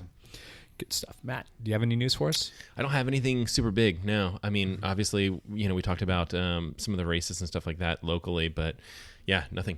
What's Who the was next? the overall winner at the PDX Triathlon again? What was This his guy name? from Everyman Jack. What was his name? Devin Volk. He's a He's- young kid who went to Cal Poly. Okay. And was top 5 at Collegiate Nationals a couple of years ago. So He was safely ahead of everyone. actually no, it was a pretty decently close. Was it? Top 3? Was that like what I saw? Decently was close. He had a space on the bike. He looked safe. He did. He looked Yeah. very safe on the bike. The guy who was in second, I'm gonna blank on his name. I'll correct it next week. Tall, skinny guy. Tall, skinny guy ran some space back into him, Did he? so Okay. ran Yeah. really well. And Marcus was not that far off. And Marcus Ferris, who won last year, Nice. So, He was yeah. moving on the bike. I was standing out there. Marcus Ferris or the MJ. the kid who won. He was. the He was Everyman moving on the bike. Jack. He came by. That bike was humming. I mean, Yeah. you could just tell when a bike sounds electric and it's yeah. going by. Yep. And then the second place guy came by. He's He was strong. moving, but it was not the same. You No. just you could Yep. just tell. And he looked so I did my run out on the bike, which was fun because I got to try and yell sprint. That was cool. I got to yell some splits to the leaders, which was fun. But yeah, they you could tell he looked comfortable too. He looked like he was still had some run legs. So Yeah. Did they give his average speed? no, they haven't you posted their calculate? results yet. What do you So think? 26 or something? Oh, he was moving faster than that. Especially, I mean, going out, Yeah. going when he was heading. Flat. coming back, Right, they're yeah. going to be going faster because there was a tailwind coming I was back. gonna say when he's heading east, Yeah. he was definitely moving, but he wasn't hitting the top speeds. But I'm sure Yeah. he was touching 28, 29, 30 coming On the back. back, yeah. I'm sure with the wind Yeah. on his back. Yep. Should be would- interested. I'd like to see Yeah, that. I really am now. I was itching. I really did not Yeah. like that I didn't jump into that That's race. kind of fun though because I know. when I coach, a lot of people don't know this. I coach high school cross country. One of the best things you can do is like hold an athlete out and like make them watch a race. And Yeah. they are so eager to like get I back was out and mad. race Yep. after that. And so I think it'll be good for you. I kind of trained angry on Saturday, in a good way, but yeah. Yeah. It'll help that was cool to see you. Devin Volk go that fast, though. I hope that he comes up for like another local race. I'd love to race that kid. So Yep. He's good for sure. I think didn't they have the Oregon High School Championship for triathlon there too? Yeah, this was the first year that they did that, which was really cool. So the kid who won that, do you guys know who he is? No. Alex Amparo? I know that name. Yeah, he the one with he has his last name on the kit? Yeah. Yeah. Okay. No, I did see that kid out there. So he's on our cycling team. I don't know. If you guys knew that. Exactly. So he's on the shout out. He's on the Strive triathlon team, but he's riding with us so that he can like hone in and sharpen on his skills on the road. And he's going to do some cross with us, and I think he might even come out to short track as well. So he's been racing PR with us, and the kid's strong. We got to snag that kid for the triathlon team. Yeah, we do. We'll work on him. The Strive group is great. I think the Transition 4 group, and do they help them out? Well, I think they're helping financially with the Strive. Oh, that's cool. I think that's very that's cool. the case. Yeah. So we can help. We can definitely work together on all this stuff to help support. Well, we're trying to work harmoniously with them. And I'm planning on being a dinosaur by the time I'm 35 and have these young high school kids just absolutely destroying any times we put out there. So good. Yeah. All right. One last little bit of news here. It's a sad bit. Not super sad, but there's a local cyclist. His name is John Wurst from Gaston, Oregon. He was hit by a car yesterday, and that was terrible. And it kind of just echoes with me because I've been there, done that, and the car looked awfully familiar in terms of the damage done to it after the car that myself and Sean got hit by. Yeah. The driver's being investigated for distracted driving, and Mr. Wurst was unfortunately he had to flight him off the scene and take him to the hospital where he sustained some very serious injuries. He's alive. I don't know his current condition, but I guess some people possibly knew the gentleman, and just wanted to send him some well wishes, and hopefully he is getting better. And I'm sure he won't hear this, but if somebody does know him, please let him know that we send our best, and I hope he makes a full, speedy recovery. Yeah. So, all right, let's get into today's topic. What does it take to become or be a professional triathlete and professional cyclist? What does it take on a daily basis? I mean, there are so many questions that I have here, and I figured this would be a great topic because we've got Evan over here, who is now Mr. Pro Triathlete, took his pro card. Right at that and low average end. Robert Cummings, sitting at the table with us, is a pro cyclocross racer. I don't know if I would call myself a pro yet. I have a pro license, but I don't think I'm quite there. Maybe once I've gotten some UCI points, I'll call myself a pro. You get That's what I was thinking the same thing with me. I was like, once I get any qualification points for a world championship, then maybe. Well, I'm going to call you pro because you whoop pants off of everybody. Say, of everybody we know in this region, if there's one person who's a professional cyclocross rider, it is Robert Cummings. Fits well with the topic. So, just I want to go through a bunch of different questions, and I'm sure Matt's got questions, and you guys might even have questions for each other. But I just wanted to give everybody kind of a glimpse or a snapshot of what it's like to have, that is like your, who you are. I mean, there's so many different things. I have a lot of questions for Robert because, like you said, like it's so different than I feel like a road racing professional. I mean, a cyclocross racer is that's something special because you got to be road racing as you're basically cross train, putting that in quotations, but that's interesting. So there's you two people are probably you guys probably train more than anybody I know.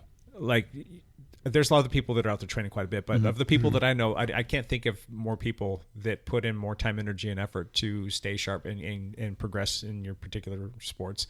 Robert's training for, mountain biking. He's, kind of moonlights in the road scene, and I think that's probably more of like just a fitness gaining thing for you.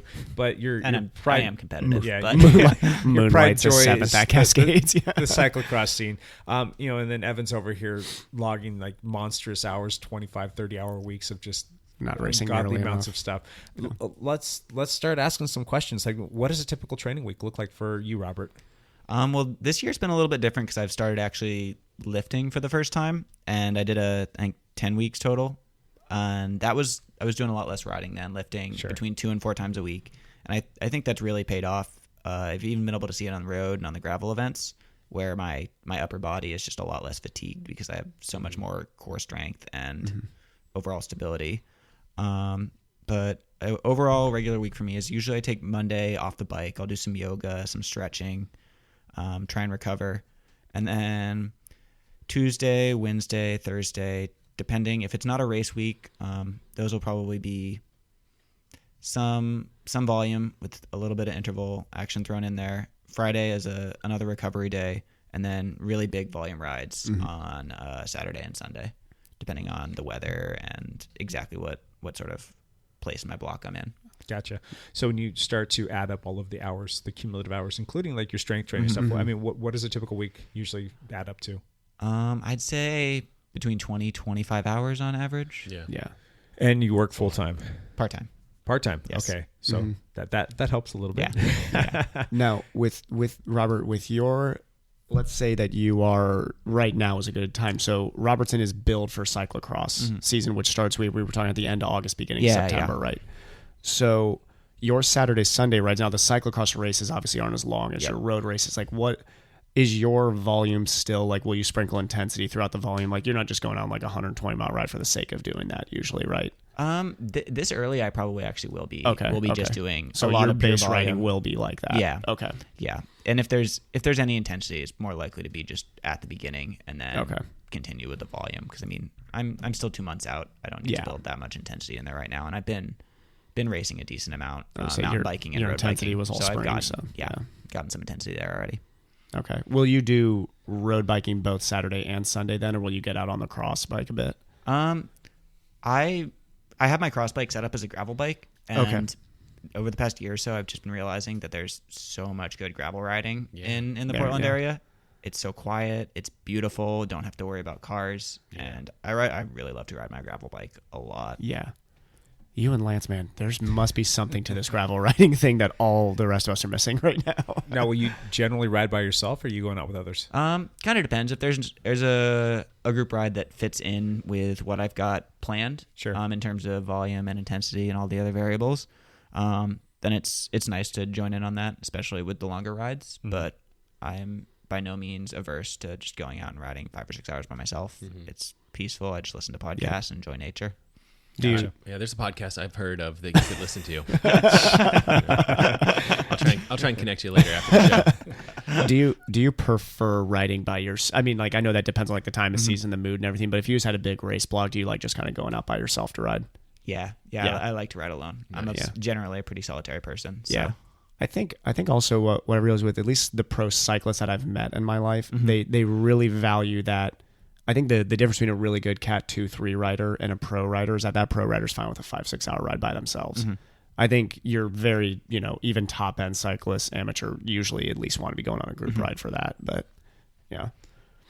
Do you ever get worried about those long rides by yourself, like being out in the middle of nowhere on a gravel ride and flat too many times, or you go down or something like that? Does that ever make you nervous? Or not really? I mean, almost all of my crashes on bikes are in races, so I'm pretty comfortable with my bike handling abilities and my decision making abilities when I'm not really pushing it. Gotcha. Are you scared of like Bigfoot attacks? That's how I was gonna. I've run into him a couple times and I've never had any issues with him. We get along pretty well.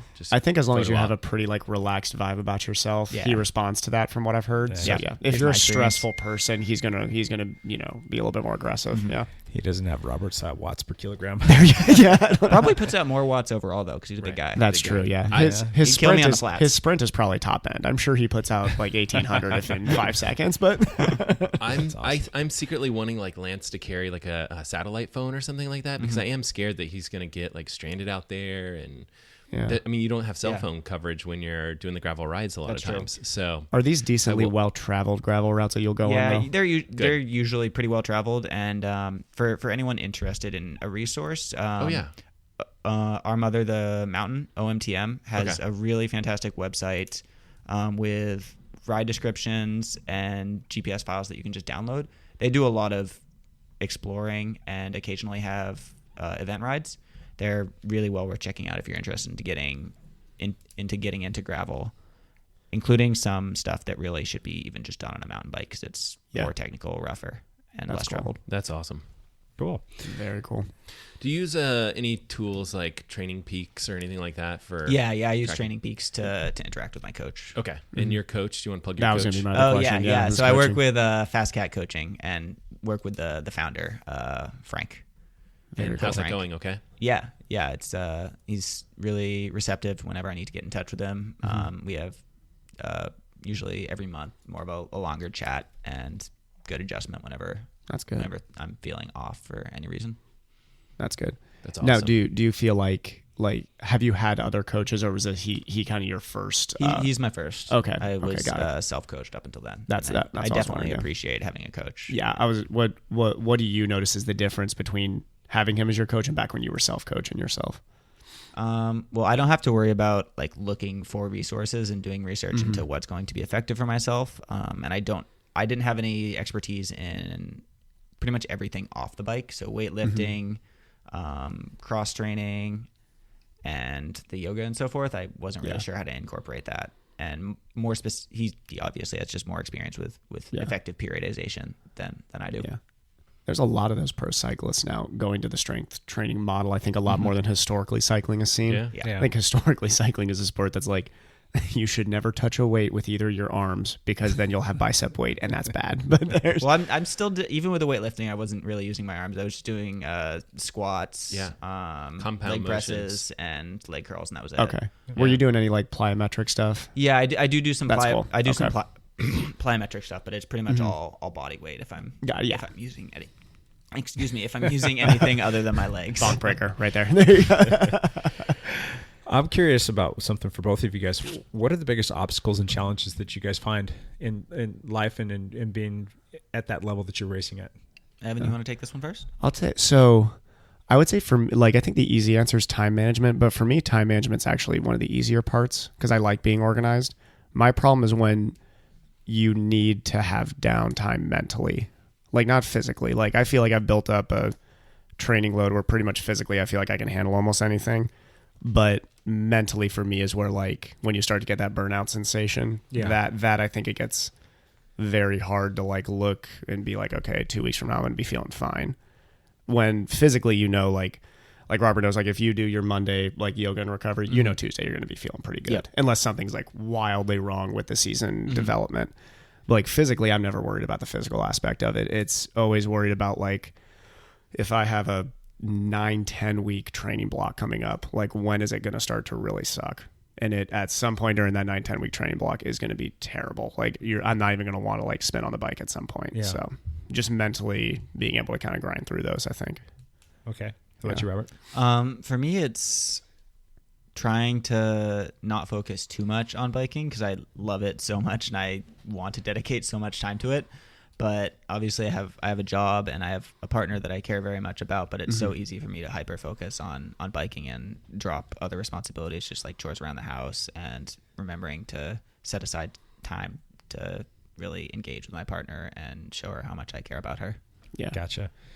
That's a tough part because I mean like endurance sports this isn't like being in the NFL or NBA, which if you look at me and Robert, nobody would mistake us for an NBA player. But I think the difference is with those sports is really on a training day basis. If you're an NBA star, and I actually am speaking from experience, I know people who are strength and coaches in that world. Those guys train for 2-3 hours playing basketball a day, maybe an hour in the gym, and do not have part-time or full-time jobs because they're getting paid very well. Yep. So that's really not a big chunk of your day. They have plenty of time for those building healthy relationship stuff outside of that. Yeah. Endurance sports is based off of who's gonna put in the most time sometimes. I mean, that's sometimes really what it does come down to, and that can be a dangerous game to play. Yeah, for sure. I mean, you guys have to earn a living. You have to be able to survive. So, and nobody's coming at you with a big check with a bunch of zeros behind it. So that's definitely going to be a big challenge for you. Yeah. Good. We've kind of talked about this a little bit off air. Let's talk about it a little bit more now. In terms of being a professional, you're going to be looking for help along the way because you don't have that check with all those zeros behind it. So sponsors and people helping you out. The sponsors really have a lot of expectations of the pro athlete. Now, what are some of the challenges that you guys see there? And is that something that you're thinking that you're going to be able to acquiesce to? Yeah. I think in today's, and we were talking, I won't talk specifics what we were talking about off the air, but just in general, so in today's marketing world, in the endurance sports world, which I think is all that me and Robert can really talk to specifically, is so individually, what is your marketing outreach? And how marketing outreach is measured, to me, is a little bit unfair right now because it's basically measured by how many social media ears you have or eyes you have looking at your social media. Followers, it's all about the follower. In my opinion, it's interesting to me that we've completely forgotten that there are people who influence the community that aren't on Instagram all day. Yeah, people know true. who Robert Cummings is in this area. Robert doesn't have to have an Instagram with followers on it. I like to believe with the physical therapy I do in this community and the relationships I've made in the actual world that I don't have maybe an Instagram outreach right now, but I don't see that as a big negative. But in the marketing world, I can see how they would see that, because you're looking at numbers. Yep. You're looking at two guys who don't have 1 million Instagram followers. Yeah. Well, I mean, and their defense, they need some return on their They do. investment. Yeah. And that's what I'm saying. From their it's point of view, it all makes about the sense numbers impression. wise. You've got to make those impressions, and if you can't help them make those impressions, they're like, it's great that you're a friggin' awesome cyclist or a friggin' awesome a triathlete. Yeah. You're not helping us out. Exactly. Like if Evan posts something up and like the 13 people that follow him on well, it's probably more than that. the sub 100. Have you reached the 100 mark yet for your Instagram? I haven't checked on my Instagram. Well, that's not his game, man. He doesn't know. What about my Facebook? I got a lot of Facebook friends. Does that count? Yeah, I have more than 1,000 Facebook friends. There you go. I can say that. How come nobody counts that anymore? Is that something that you would ever seriously think about looking into? Would you ever been to them to get that boosted up? I definitely would. I just need probably some help with it. And I mean, I have to be honest with myself, because like I've had to do a better job this year of eliminating some things from my life, because hours wise in a day I've realized I do not have the time for the things that I've maybe promised myself to. Sure. And that would be, I mean, like if I had to be posting and editing a video each day, I'll just use, since like Robert used an example of his day, my favorite day to give an example of when people ask me like, what does your training weeks look like, is I'll talk about my Wednesday. Almost always I'll wake up, do a swim in the morning. Mm-hmm. I'm always in the pool at 5 a.m. I'm done by 6:10 usually. I need to be done by between 6:10 and 6:15. I shower and I'm at work by 6:30. I document until 7:25 when my first patient will come in. I see patients and document through lunch, so I do not have time during lunch until 6:30 p.m. And then I get home and I have to be on the bike by 6:45 at the absolute latest. 1 hour bike, and then I will run for 8 to 10 miles after that. I'll eat in 15 minutes and then fall asleep right after that. So your schedule is ridiculous. But it's like my Mondays don't look like that, my Saturdays don't look like that, but that is what my Tuesday to Friday world looks like. Mm-hmm. Yeah. I don't know where an Instagram video fits into that time. Yes, I agree. As with of right that. now, I do think that you could probably post a picture, but not a. I probably could. A video. I would just need to get efficient at it. I would just have to get very efficient at it. Yeah. And the other thing is, a lot of time when you're doing your training in the dark, like that's not really Instagram worthy, right? Where it's like, God, nobody would want to listen to that. Well, and it's gritty enough. You may want to. That's true. You may speak Some people, to it. I mean, people follow Lionel Sanders, who I'm not sure, Robert, if you know who he is, but he's a Canadian triathlete who indoor stuff, and he literally for like 6 years trained nothing but indoor. Yeah, he doesn't now, but I mean, and that guy had a very active social media that I followed, which I don't know why. It was different. It was weird to watch him. That's a brand. It's a unique brand. It was his brand. It was like the indoor training brand. Mm-hmm. Yeah, and also I think people, when you take a picture of the pool at 5 a.m, like that's respect for that. Like a lot of people are not necessarily professional triathletes, but they do have to wake up at 5 to get in the pool because they have the standard 9 to 5 job, and that is kind of the feedback that I've gotten is, I think if I could reach a market, like I think there's a market that Robert can reach well, and I think if I was to reach a market, it would be that market of people who I work they're like, I don't know how I could ever do an Ironman or train 10 hours a week. Now it's harder for me to say, like, obviously if you have kids on top of that, I can't be like, this is what you do with that. But if you're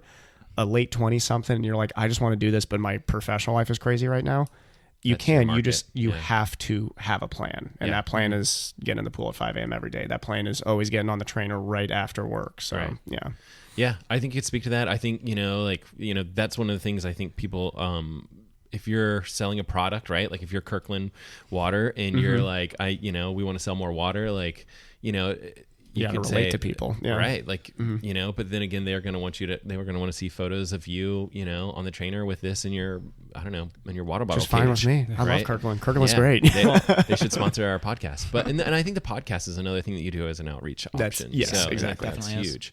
But it's something that you could consider working towards or not worry about it. Like it's one of those things where it's like, you don't have to have all these sponsorship pieces thrown at you. It might not be your game. Like, if it's taking away from your time and you've got your job and your career stuff and it's going extremely well, like, I don't know that you have to have all the sponsorship stuff. You know, yeah, so. it's definitely something that I'm personally not going to focus on entirely because to me, I wanted to be a professional triathlete purely for the competitive part of it. Like don't get me wrong, I have a lot of respect for the amateur triathletes that are still competing at a really high level in the amateur fields. And there are some guys there who are pro level. And I know you know that in the amateur cycling world too. There are guys who are pros basically.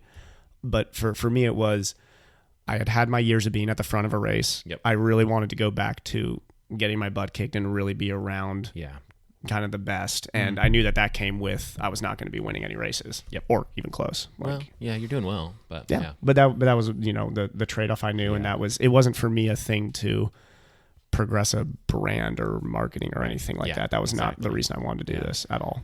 But would it hurt to have that support? Probably not. Would you enjoy to have that support, whether it was just like, to offset some of your costs or maybe to get some free product and stuff like that?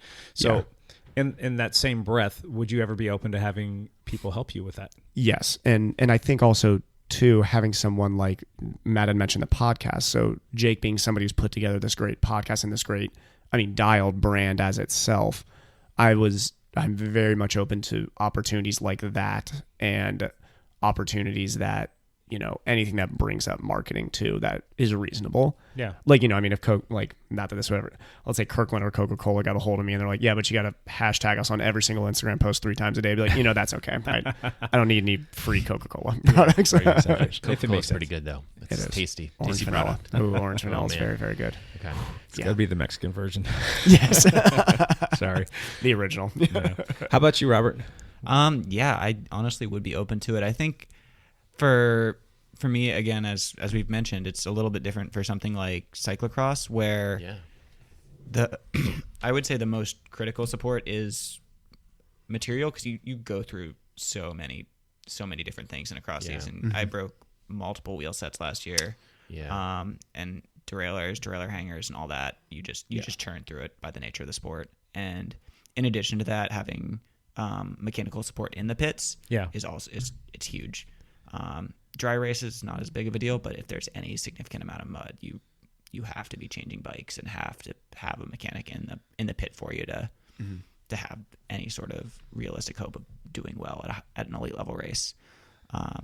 And I've had the opportunity to experience that, and it makes a huge difference. And I certainly would be willing and am open to actually creating a social media presence for myself as an athlete.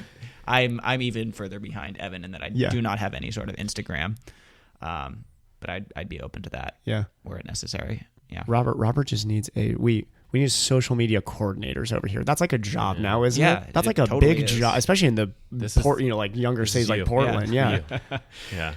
Jake would be the only human being over the age of 40 who would have that label with him, social media coordinator. I think people would be interested in what products you guys choose to use and why. And I don't think that that's necessarily an evil thing to be like, I'm going to talk about SRAM components. Here's what I think, like, especially right now where they're not sponsoring you. I think it's even better, right? Like, that's an opportunity for you guys to be like, I tried this and it didn't work. It's absolutely horrible. Garbage. Don't pick it up. And especially for Robert, as he just mentioned, he's going through so many different parts. You can really speak to that. In triathlon, it's like, I can speak to that, but it's not like I'm going through nearly the bike parts that Robert's going through on a yearly basis. And people are obsessed with like the bike details, with componentry and all that stuff. It's interesting because I post all these videos to YouTube. And I'll talk about like, here's the workouts and all this stuff. Like, here's the work that you need to, that you guys should be doing. People, no one cares. No one gives 2 cents. You start talking about like, hey, here's a new component set. Here's a new wheel set. Like, they're like, oh, that's cool. Shiny. That's where we're at culturally. It's free speed. It's sad, but the benefit for you guys that, if you're not a slave to a particular brand or whatever it is, you can talk about that. You can talk about whatever you want to. And you don't have, a penalty to it, and I think that is also pretty attractive to brands where you're really straightforward and you're really honest with your audience, whether that's a small audience or a big audience or whatever it is. But you can be really straightforward with people. And I think it's in this day and age, it's really appreciated. So I would follow you guys. I would definitely follow Robert because, if anybody knows tires, anybody who's raced that much cyclocross is going to know more about that than anybody else. Yep. That's interesting. Something to consider. Yeah. I think we can help you out, both of you guys, to a certain degree. Yeah, At least get the wheels turning on that. Because yes, I mean, how much time a week do both of you guys? I know that this is not a good time of year to ask that question because it's beautiful outside right now. But how much time do you guys spend on a trainer? Right now I'm not spending any time. Okay, but and I'm comfortable riding. If it's nice weather at night, I'll ride outside at night. Really? Yeah. Oh, are you a night rider too? Okay, got it. Yeah. How about the off season though, or when it's like just crap weather? I could spend 15 hours on a trainer.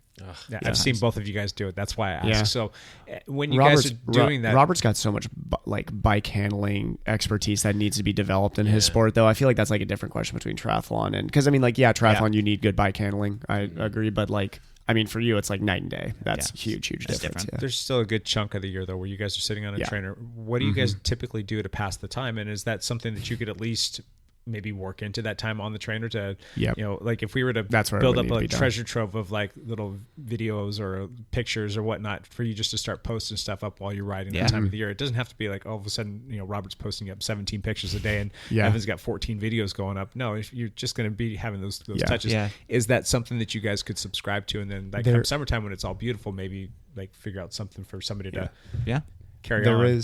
There is a cool little idea that somebody had mentioned to me. That would be like, so when you're on the trainer in the evening, so let's just say during the winter, Robert, when we're on there, you have a one trainer thought for the day. So it's a video, it's like a 15-second video where you just have a trainer thought for the day. Instead of a picture of us on the trainer, it's like one random thing. Because, I mean, like, we can watch YouTube there all day, but mostly I daydream when I'm on the trainer. Yeah. I'm usually daydreaming. Yeah. Just a way for you guys to think about maybe like, optimizing your day or just being efficient or, taking some time to put some stuff together that you can use for down the road. Because that's usually when I answer my emails, honestly. So when I do most of my email answering, it's over lunch at work and when I'm on the trainer. Yep. Yeah. I'm always like, he'll respond to this text if I send it to him while he's on the bike trainer. Yeah, I was going to say, the timeline when I'm like, doing that. Hopefully he's on a bike trainer because he'll respond to this. All right. Discipline. How do you guys stay disciplined? Because if you don't have discipline, unless you're just some like uber gifted athlete, which in the endurance world you just don't find people that just show up and they win. It's not like you're naturally good at throwing a baseball or something. There's like just Roglic and that's it. You have to you have to stay uber disciplined. How do you guys do that? I mean, obviously it's not easy, but you talk to that. I mean, a lot of it is on the bike is usually pretty easy for me. I'd really love to ride my bike. Off the bike stuff is a little harder, but with any challenge, whether it's in relation to cycling or work or anywhere in my life, if you just break it down into like mentally into a manageable set of things to do, then it's a lot easier. So if I'm at the gym and I'm doing 2 sets of plyometrics with 15 different exercises in each one, then I can just break it down and say I'm a third of the way done with this set, so I'm a sixth of the way done all through, and then you've got a bunch of manageable little things where you can mark your progress and just feel like you're moving through it. Yeah. What about those times though where you're like, I want to do something else today. I don't feel like going to the gym. I want to sleep in, or you're a lot like me. Like things have to be really bad for me not to want to go ride my bike. I totally get that. And every time I get on the bike and that first pedal stroke in, you're like, right, this is my time. This is like the dessert of my day. So I'm always happy about that. But what if it's like a super strenuous workout or the weather's crap for the 17th day in a row and you're going to go out riding like 42 degree weather with rain and you're just like, I just don't want to do this. How do you stay disciplined to get through that? One thing that I have learned about myself is that exercise is pretty much always beneficial for my mental health. So no matter how much I might be dreading something, or how miserable I might be feeling beforehand, I can realistically tell myself that I will be glad that I did it and will just generally feel better afterwards.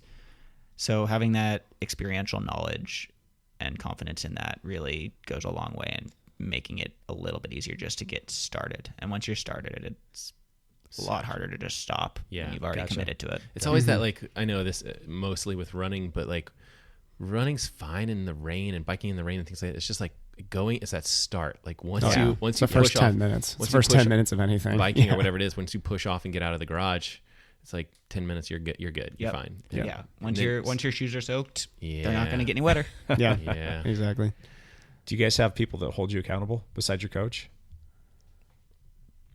Honestly, no. I mean, my partner and my family could, but it's not usually a thing that I have to rely on them for. Yeah. Do you lean on people to kind of like, hey, I'm not feeling this ride, but if you go, I'll go kind of thing? Do you have somebody like that? For me, I have some friends on my road team, metal, that I'll do for more aspirational rides, but I'm going to complete my workout no matter what. Gotcha. I might not do like a Bridge of the Gods loop or do a particular ride. But the intervals are always the intervals are almost always going to get done for you. Yeah. I honestly, if I'm going on a ride with other people, it's less likely to be a structured ride with any sort of intervals. Gotcha. Yeah. How about you, Evan? I would say mine's a little bit more fluid than Robert's. I knew Robert was a very like disciplined, like, and I think that's what you find more in the cycling world is a very, very by the numbers approach to the training. Well, what I found more is I want to be that way as much as possible, but with the 3 sports, I've gotten over the years to forgive myself a little bit more when the numbers aren't always there. Because, I've told Matt this, like I built a structured schedule going into Chattanooga that I probably hit maybe 85, 90% of, but I think I had a 5-week stretch where I was planning on like riding 15 hours, running 75 miles and swimming 20K. And once I get started, I realize I'm like, that is impossible. There's no way. And I think it's good to have that schedule where you just like, and I don't know if you want to just say, label pieces and have it be like, this part is optional, this part is optional. And if that's it all what I've started to do. If it all comes together, then you have this huge, massive stuff. And if it doesn't all come together, that's okay too, and I think the, older within the sport that you get, and by that I mean like number of years, I think the more forgiving you are of yourself for missing things or, but at the same time, talking to a lot of our listeners, I think a lot of them have no idea how hard you guys train. Like I think a lot of our listeners just have no concept of how hard it is that you train at that level. It's pretty, I mean, we talk about the numbers and the hours and things like that, but you guys are also training with intensity. And a lot of people, they're like, I trained hard. I went with the so-and-so and we did 30 minutes and then I did another ride the next day. And I'm like, no, Evan's doing 3 workouts a day. Like it's a completely different level. And I think it's hard for people to comprehend. I think it's for me though, and since I treat a lot of endurance patients too, I think I see that anybody can develop to certain levels, but I don't think people have an appreciation for how long it takes to develop in these sports. So, and I'm sure you guys see this with cyclists who come in excited, enthusiastic, just in my first Cat 5 race and I was top 10 and I'm excited to train now. And that lasts for a little bit. But like you said, Jake, there's that discipline at some point has to come in because it's there. Like Robert's very rare. Not every, like people love riding bikes. Not everybody loves jumping on their bike every single day. Yeah. Like when it hurts, and you have to have an appreciation of that pain. Like, I know for me over the years, especially with running, I think I've had this real love-hate relationship with running until this year. I truly love running now. Like I really, truly love that sport. But like training hard through running, that is, and Matt, I mean, you know, it's like you ran 100-mile weeks back in college.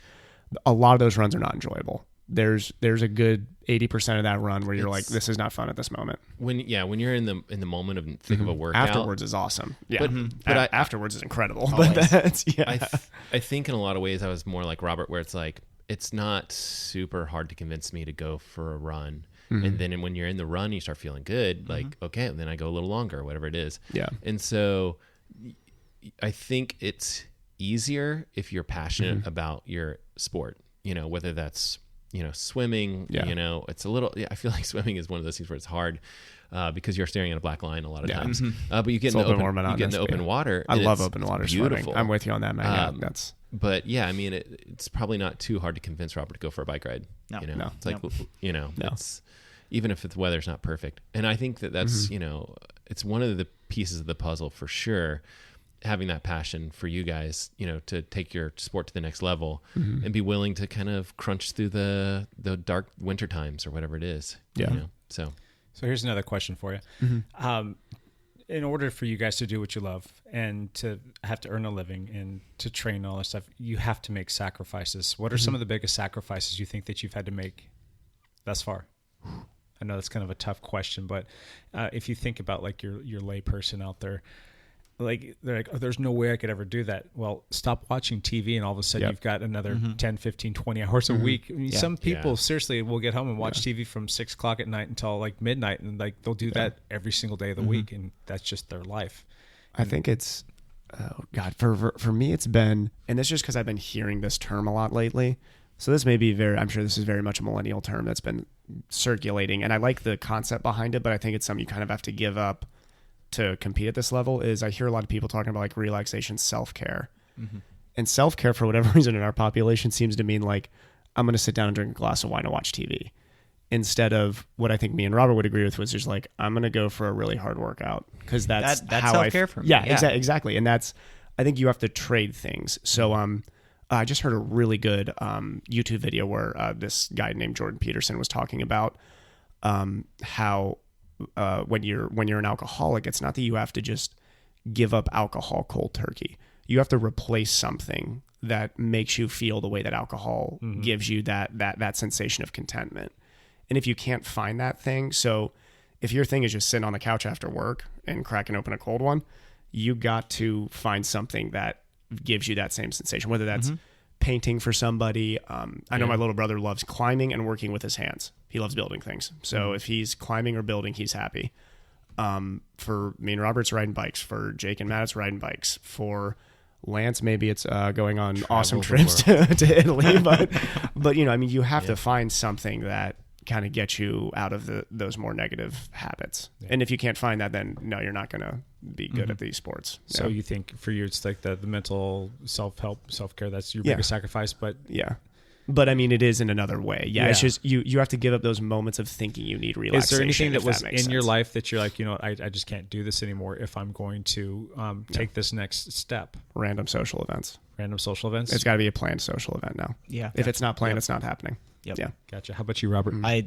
I'm in a pretty similar position. I mentioned earlier that I'm a pretty solitary person anyway, so it hasn't been as big of a sacrifice. But if I wasn't biking as much as I do, and if I didn't care about biking as much as I do, then I certainly would spend more time with my friends. I would say, other than my partner and kind of her extended circle of friends, I maybe have 4 or 5 close friends, and I see them maybe once a week for a couple hours. Gotcha. But yeah, I would say social life is probably my biggest sacrifice. Yep. Matt, you got any questions for the guys?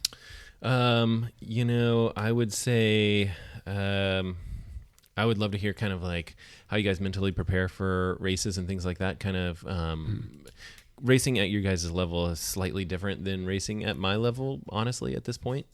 So you know, you're going against some of the best athletes in the world, which is absolutely crazy. Does that freak you out? Yes. Yeah, it's really intimidating. Yeah. I mean, just real quick, Robert, drop a couple names. I know that you're not the kind of guy that drops names, but talk about some guys. For those of you that don't know, Robert's raced at the national level for cyclocross and the elite championships, like the highest level, the biggest race in the United States. Robert's been in that race the last 2 years. So you raced like Jeremy Powers, names like that, correct? Yeah. So that's like, I think Jeremy the names Powers, that like everybody would know here. Yeah. Those are Jeremy Powers and Stephen Hyde are probably the two easiest names to drop in cross. Those are guys that I'll never even be in like the same room as, let alone lined up next to on a freaking, let alone on their wheel when they're riding a bicycle. Exactly. That's such an awesome experience. So how was that for you? It's humbling. There are people in the U.S. that really are at another level than me, and I don't know if that's always going to be the case. I definitely feel like I've been developing both as a bike handler and strength. That was my next point. Even this past year. Yeah. But even more humbling is knowing that these guys that are truly on another level than me in the U.S. are largely still a big step down from the elite European cross riders. The Belgians. It's a big step.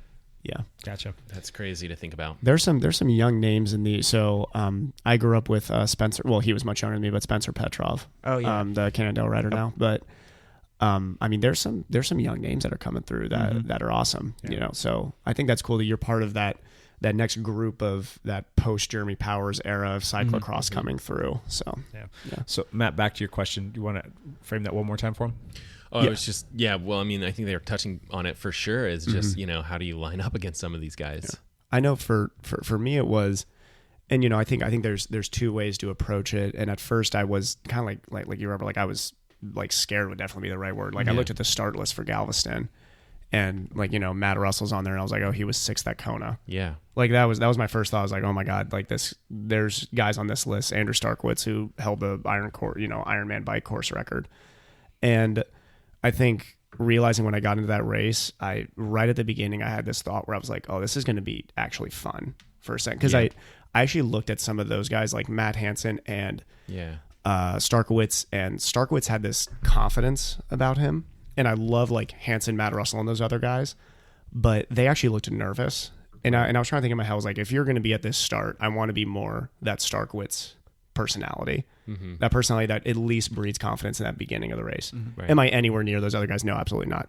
But I started that race right at the front line of the swim because I was like, why not? Like if you're going to race at that level, you got to be prepared to at least, And you guys, the other thing to just always keep in the back of your mind, like you earned your spot on the starting line. Like every time you guys feel intimidation, like just remind yourself, like you're there because you I mean, like no one's giving you guys these, call ups. I mean, like you earned them. So, definitely it's super hard. I've done this before, like lined up in between two Olympians. Yeah. That's intimidating. Yeah, for your running, you did that. Yeah. You're just like, oh, this, but you have to be hopeful. Because opportunities, they do present themselves at every single race. And so I just, I think it's really admirable when you guys do that and you toe the line and you're either intimidated or confident or somewhere in between, and then you still get out there and do the best you can. It's a tough situation for sure. Yeah.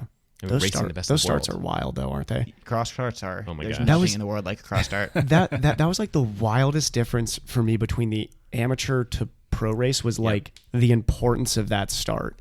And I learned that lesson in Chattanooga. I got my butt dropped in the first like 2 minutes of that race.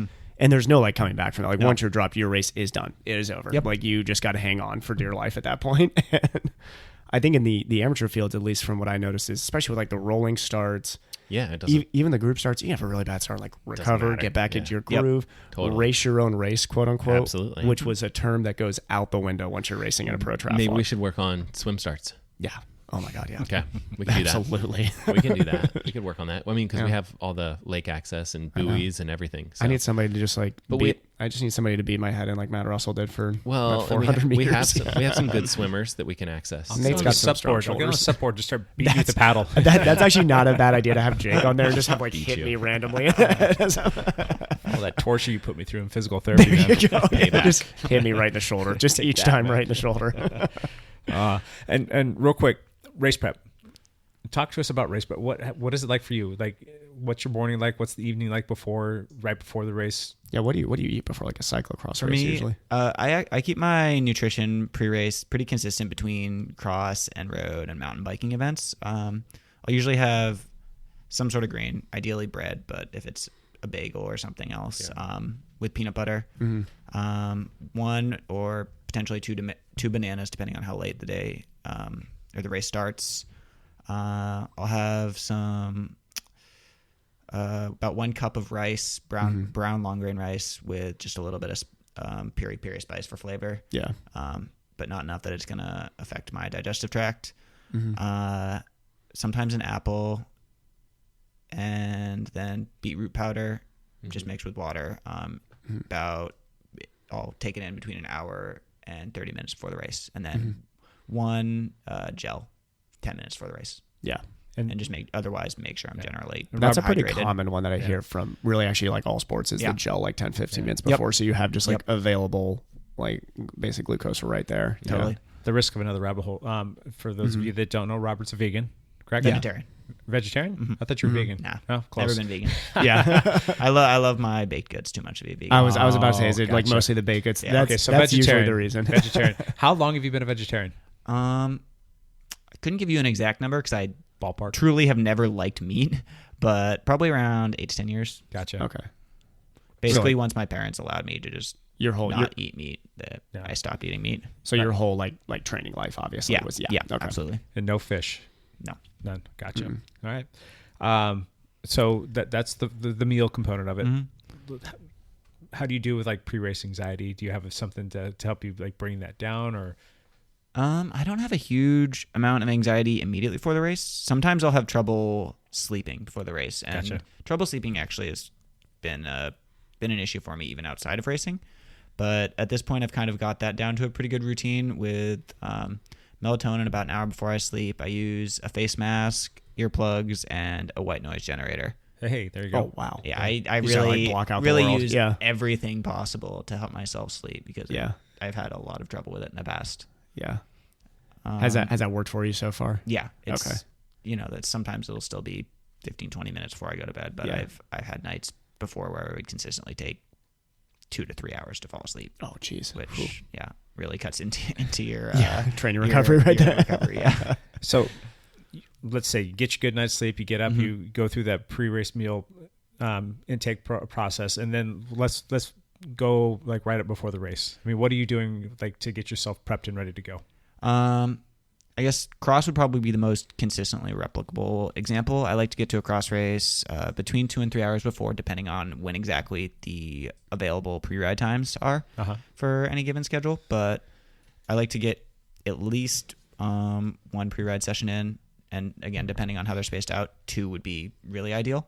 But so I'll take a couple pre-ride laps, and as I'm pre-riding, if at all possible, I like to try and follow people who I know are faster than me. Yep. Because there are a lot of people with a lot more experience than I have racing cross, and they're gonna probably pick some better lines, and I can learn about the course from following them, and cross as a whole. It's always a learning experience. Yeah, that's really cool. Yeah. And then from there on out, I'll do my final prep. If I haven't pinned my numbers already, I'll do that. Take care of my kit, fully kitted up and everything, which I might not be for pre-ride because I might want to be warm. Especially in cyclocross. Yeah, exactly. Double check any mechanical stuff that I might need to look at. And then I have a 30-minute warm-up routine that I start 40 minutes before the race. And then from there, toss that gel down and head to the start. Your warm-up routine, is that a secret? Is that something you're... No, I mean, it's just a set of intervals. On the trainer? Depends. What you if I have access to a trainer, yeah. Would you rather do them on the trainer usually? Depends on how warm it is. If it's above like 60 degrees, no. I have a tendency to really overheat on bikes. But if it's cold, then yeah. Yeah, definitely on the a trainer. That's good. Yeah. Good. Real quick, are you willing to share with us, do you have a national ranking in the cross scene? I don't know. I'm not following that. My goal is just to get UCI points, and I'll start paying more attention to that once I have it. Gotcha. But I have no idea what my national ranking is. Do you get a national ranking assigned to you based on how you finished at cross nationals? I think national ranking is more of a composite thing rather than based on one race. Gotcha. That does make sense. How excited are you for the cross nationals to be in Seattle, Washington this year? I am ecstatic. It's going to be so nice to not travel, and a course that I know, and I think a course that suits me fairly well. What's the date on that? Do you know? Or couldn't tell you the exact date, but I time. believe it's the second weekend in December. Okay, or cool. The second full week, because the non-elite stuff happens during the week before that. Gotcha. And to any Pacific Northwest listeners, you should go do that. It's an awesome course, and you should compete. And then watch I was just going to go to watch. Yeah, I'm not going to race in it because Me and Jake I'm are not watching. that caliber of a rider. But I definitely think I'm going to get up there this year, and I'm so looking forward to going up there and taking my camera and just taking pictures all day long of everybody in his row. That's going to be an awesome weekend. It should be a lot of fun. And just a neat little factoid about Robert here real quick. 3 years ago, Robert's like, I think I'm going to try the cyclocross stuff. If my math is right, it was 3 years ago. Yeah, 3 years ago, I have 3 seasons of cyclocross in me. So 3 far. years ago, Robert was a Cat 5 cyclocross racer. And that poor field. I was about to say, like, how this is.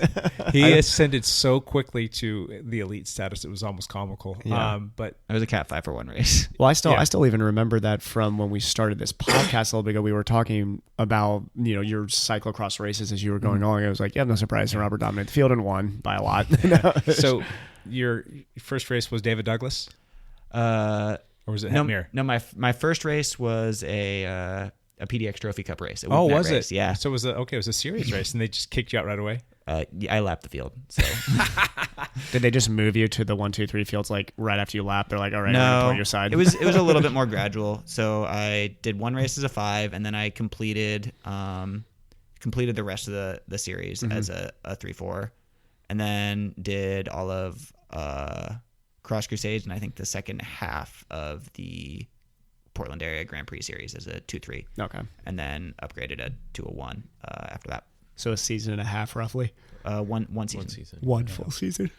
I've only done 4 cross races in my day. And I only did the GP series. I didn't have time, so my very first race, I've told this story before, and I know that we're getting a little long in this, so I'll be quick. It was funny because I lined up with the 5s thinking, because I didn't know better, that's just where you start, because I thought it was just like the road scene. I didn't know that you could self-declare your whatever. So the race promoter got on the PA, and he so happens to know me. He's like, yeah, this is Jake Von During's first and his last Cat 5 race before the race even started, and I think I won by a couple minutes on that one. Well, that's a problem with cyclocross is you'll get the road. The roadies are like, oh, okay, I'll give this a shot. Do I have an FTP of 360? And they're like, I don't know, is this where I go? And I think the same thing happens on the road, where it's like you have all these people come over from mountain biking or cyclocross, and you're you're not going to be here long. One of my favorite road racing stories was I had heard Ben Knutz, who's a triathlon Olympian for America and a very strong road racer too. His first Cat 5 road race, he started and then turned around, the field was gone, and then just I was like, all right, I'm just going to go now. And then went, and obviously nobody saw him the rest of the race. And he was like, okay, I guess I shouldn't be a 5. I don't know. Yeah. So my second race was out at Hetmere, and I won by 2.5 minutes on that one. And one of the over officials came up to me like, do you mind moving up to Cat 3? I'm like, sure, no problem. Yeah. And I went up and I did 2 Cat 3s and won both of those races, and I was going to move up to Cat 2, but I wasn't able to race anymore that season. Was looking forward to doing that last year, and for obvious reasons wasn't able to race. And so I'm hopefully going to go out and race as a Cat 2 this year. That's what I was looking forward to it. Yeah, there we go. Oh, is that going to be a Robert and Jake working together day? Are you both going to be there? Well, we're on different teams for cross. So for cross, yes. Yeah. Okay, yes. Yeah. So we'll go out, and I will never race against Robert. So my money's on Robert. You going to do Masters? You going to do Masters, or are you going to do Open? I don't know. Whatever. Depend on the race. Race my bike. I'm going to get my butt handed to me this year because I'm not all that great with my physical health. My shoulder and my ankle are going to be kind of an issue out there, but I'll go out there and give it a shot. We'll see. So, all right. Well, that was fun. Let's jump into one last thing. Matt, you want to one last thing is? I don't have too much. I did a video talking about bike gearing, and I would say it's maybe slightly targeting people that are kind of curious about how bike gears work. Maybe people that are slightly new to biking. But it's a pretty fun video because it kind of gets into if you're in certain gear combinations, how far does your bike travel, and some kind of cool little pieces. And it's a slightly longer video. So if you're new to cycling, or you're just kind of interested in gearing and stuff like that, and what do people mean when they talk about their 1128 cassette or whatever it is, and those numbers don't mean anything to you, definitely check out that video on YouTube. On the surface, that might sound like bike gearing, really. You want me to go watch a video on that? No, seriously, go watch it because it's educational. It's informative, and it's something that everybody can learn from. There's so many people that are new to the sport that don't understand what cross-chaining is, or how to put themselves in an optimal situation so that their gear ratios are appropriate for what they're trying to accomplish. It'll actually teach you something, and there may or may not be a topic on this podcast coming up that that will fit right into. So there's a lot of terminology stuff. And just says on the road, we're going to one-by systems now. I mean, we had to look that right. I just sit there and think, I'd be like, I have no idea what a 50 right. Well, 26 translates to. So that's and no one's born with this knowledge. So don't be too proud. No, this is a very advanced algorithm. Right. And it's I mean, when you start talking about okay, well, gear ratios for a 1-by system, what do I need to climb certain things, or what do I need to have something comparable to what I had when I had a 2-by system or whatever it is. All that stuff is there, and it's you can calculate it. It's not too hard once you learn how to do it or whatever. And it's pretty fun to kind of dig into. I had fun making the video. It was more intensive than usual. I usually try to make a couple of videos in a week or whatever and try and crank them out, but this one was it took way too much time. But yeah, it's you guys can check out the channel, youtube.com/mlegrand, MLEGRAND. Fun stuff. I think I'm going to post a video about those NV wheels that I got from you, Evan. Yeah. I think I'm going to post those some sort of unboxing video next. That's maybe sometime this week if I can get to it. Yep. Sweet. Are there going to be more graphics in that? No, good gracious. Your graphics were awesome, man. You knocked those things. I think they were great. So. I hate it. Oh, so if you guys watch the gearing video, there's some like animation pieces in there, and that's the stuff that's like, I took time to do that, and I was like, why did I do that? It's like way too much work for what it's worth. They're cool. Yeah, the unboxing stuff will just be like me cutting open a box. It'll be much easier. Nothing complex. But yeah, check it out. Evan, one last thing. My one last thing is that, so we talked about the PDX at Blue Lake Triathlon. Yeah. Robbie Holterman did the duathlon there. Oh my gosh. Which I think is just, when we're talking about, for anybody who does not know, Robbie had a stroke this last year. And right at the new year, yeah. Yeah, it was. Yeah. It was 6 months ago. the first week of January, wasn't it? Yeah. I may be off. It was right before. It was like the 28th or something like that. 28th of December, yeah. So to see that is only, 6 months ago? Yeah. Yeah. That's wild. He's running so well right he now. Also, yeah, he was running like, running I think he's faster this year than he was last year. I would need to look back at that, but he didn't race the duathlon last year. But I think if he would have, I don't think he'd be racing as fast as he just did. I think he's significantly faster running, and I think it's probably because like he's focusing on that. Yeah, it's easier for him time wise to just do that. That's good. And he looked great after the race. He was happy. He yelled at me while he was on the bike, which means he was comfortable. So I got to see him in the race itself, which was super fun. Yeah, I might have some GoPro footage of that. There you go. I might have to find that somewhere. Yeah. Do you have me in there too when you yelled at me as you were coming by? Yep. Yeah. Yep. I'll see if I can figure that out. Yeah. Mm-hmm. Well, I went out there to watch yesterday for two reasons. One, my wife was doing the duathlon out there, so I wanted to go out there and support her. Yep. And the other thing was I wanted to see everybody on the Dow Triathlon team, everything they were doing. So it's such a cool community now. My God, there's so many different things going on there. There's different races going off at all the times. People going in different directions. Just like you need air traffic control to orchestrate this race. It's a professional sport tracking everybody there. And I'm like, I want to. I'm used to like a road race. Like everybody's going to go around doing that. And you just sit in one spot and you can take pictures of everybody. Well, that was my other goal, is to go take pictures of as many people as I possibly could, because it's kind of nice to have those things, and I like doing it. There's still people that I miss, but Robbie, for whatever reason, I was at the right place all the time. I got pictures of him doing everything, so I got a bunch of great pictures that was I was able to post up for him to have. So I was super proud. I'm super proud of that guy. Yeah. Oh yeah, it was. I mean, awesome. Everybody on the team did great yesterday. Yeah. It was cool to see. Fun. Robert, one last thing. I'm going to go with, one last thing that's not too directly related to cycling, but happy Pride Month as a non-binary person. Now is a great time to find a preferably local charity for queer, non-binary, LGBTQA, etc. To donate to. Mm-hmm. I wish we had another hour. I'd love to talk to you about this more. If you don't mind, can you just, for somebody that kind of knows about like this much, and I'm holding up a sliver of my fingers here. What is non-binary? So my understanding of gender is one that is really heavily based around presentation rather than any sort of biological absolute. Mm-hmm. And so how I feel most comfortable with presenting myself in terms of what one might think of classically with gender varies from day to day. So right now, for instance, I'm just wearing some chrome shorts and a short sleeve button up, but I really love to also present in a way that would be more classically feminine or female. Mm-hmm. And there are a number of different ways that people might identify as non-binary, but within that I fall as gender queer.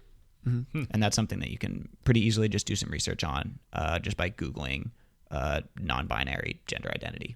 That's awesome. Would you say with your own experience that living in Portland has been like very positive in that aspect with that community? Very much so. I think nationally that's known as that, but I know this month to Portland's very important. Mm-hmm. So yeah. And for me, it's just something that I've just never been exposed to. I mean, I grew up in a sleepy little town. I grew up in Ohio, so there we go. And it was just never like, I didn't have anybody that I ran in those circles with. Mm-hmm. Nobody in my family. I do have a step uncle who is gay, and and I didn't know that until like a lot of us didn't know that until like way like down the road. I mean, he had a wife and kids and all that other stuff, and then he ended up just going in a different direction. It was like, all right, and to me, and I was talking about this with somebody not too long ago. It was like, I don't really care anything about anything as long as you're a good person and you're not an a-hole, and you've got a good heart, and you can like live your life with love. I mean, that's all it really boils down to. Who cares? I mean, whatever makes you happy and whatever makes you feel comfortable in your skin, that's great. I'm going to support that. And I think that's great. And I think that's one of the things that I love about Robert. He's a gentle, kind soul. And, you know, the fact that he's non-binary, that's cool. For me, I think that's cool because it's something that I get to learn. You know, it's an opportunity for me, not to be judgmental, or that's just not my MO. I mean, I get to learn from this person, and I'm like, all right, that's what makes him tick. And there's other people that feel the same way that he does, and that's great because they're good people. That's all that matters. I think that's the coolest part about being around the Portland community is you get to see that there doesn't need to be this, I don't even know how to put it, like political stigma around whatever we may be talking about. It's just there's so many good people on both sides, and being in that Portland community that celebrates that is really cool. Yeah. The worst word that it's nice that it's also during June too, because it's nice outside. So like all the things going on outside, it's not like in October. Which would be... The worst thing that has been said in this podcast today is making something political, and some people might disagree with me on that. Like you have to make certain things political in order for them to get recognition, for them to be fixed. As soon as we can, like, stop making things political and just like have an honest discussion and talk with people and learn and accept that's what it really matters. That's just my 2 cents. And for me, I mean, I live here in Camas, Washington, which is just a stone's throw away from Portland, and there's a lot of stuff that I've been naive to. I'm in my 40s that I've been naive to my entire life. I'm like, you hear it, but you don't really like assimilate it. You don't understand what it is. But I've had a chance to get to meet some pretty cool people, and I think that that's awesome. And Robert being one of those people, I mean, that's pretty awesome. So thank you for enriching my life a little bit more, my friend. So and one other thing, these little things slip with me all the time, and I was like, why did I do that? Pronouns. They, them, theirs. They, them, theirs? Okay. They, them, theirs. Got it. I don't think I've ever asked you, and I've let it slip before, and I'm sure you've heard it, and you probably just like, I don't know if it bothers you. I get misgendered all the time. My family still does it. I know some people who would be considerably more offended by it. So if you do have people in your life that choose to be open about this with you, certainly work to respect that with them. But it's not the biggest deal for me. Gotcha. All right. Well, we'll have to come up with a system. If I use the wrong pronoun, you get to, like, I don't know, kick my drop butt you on a climb. Like I mean, he'll do that anyway, but that's Thanks for bringing up Pride Month and Pride Month, and I think it's cool. I'm glad that we mentioned it on the podcast too, because a lot of us, you know, I don't want it to like go unnoticed for sure. And I think it's awesome for people to be able to like recognize the fact that there are opportunities to donate to charity organizations and things like that they can really do. You have one, Robert, that you like prefer over others? Honestly, your local homeless shelter is a really great place to start. Make sure that they are friendly to queer and trans youth, because trans kids are really, really overrepresented in the homeless population because their families will kick them out a lot. So if you have a local homeless shelter and go check out, make sure that they are queer, trans friendly. That would be a really easy, great place to start locally. Are there other events in the Portland area with Pride Month being this month that you're aware of, as far as like anything? Honestly, no. I think there's a lot just going on downtown right now. Yeah. So as I mentioned earlier, socially, I'm not the most involved person, and that certainly too busy riding his bike. That includes Saturday, Sundays, the larger queer community. But my emphasis would be try and do local things as much as possible, and local organizations, rather than staying away from try and stay away from the larger, more national corporate stuff, because that ends up being a less effective use of your money. Yeah, cool. Correct. I think from what I was seeing, there were some restaurants downtown in Portland that are giving some of their proceeds in June to different charities. So just like Facebook or Instagramming or Facebooking that, I guess. Probably I should get, actually active on Instagram before I try and find that. But there's a search bar there, right? Yeah. Well, thank you, Robert. Appreciate that. And thanks for joining us. My one last thing is today is June 3rd. This podcast is going to come out on June 5th. June 5th will be 1 year ago that I got mowed by a car. Was that oh, man. The 1 year anniversary. So, it's hard to believe it's that long ago. That is kind of wild to think that was a year ago. Yes and no. There are some parts of me that feel like it was an eternity to go, and there's some parts of it it's like, oh God, it's already been a year. And the fact that as we sit here, my shoulder's still aching, it's still got the burning feeling, it's still got the tingling and the soreness and the tightness. That's just a constant reminder. It's the fact that I was out on my bike yesterday. I was doing a little track stand at a stoplight, and my ankle kind of turned the wrong way, and that cartilage in there bit a little bit, and I was like, that hurt. And like thinking to myself, am I going to be able to race tomorrow when that happened? But I have constant reminders of that, and then seeing that post on that the gentleman that got hit by the car, the John Worst, and seeing the picture of the car and the windshield all pushed in from where like Sean was embedded into the car, if you will, and that just all makes it all seem like shockingly real and close. So, how are we going to celebrate that? The question has been asked to me, like, what are you going to do for that? Are you going to do something for your anniversary? And is that something that you call an anniversary? I'm like, do you celebrate? I don't know.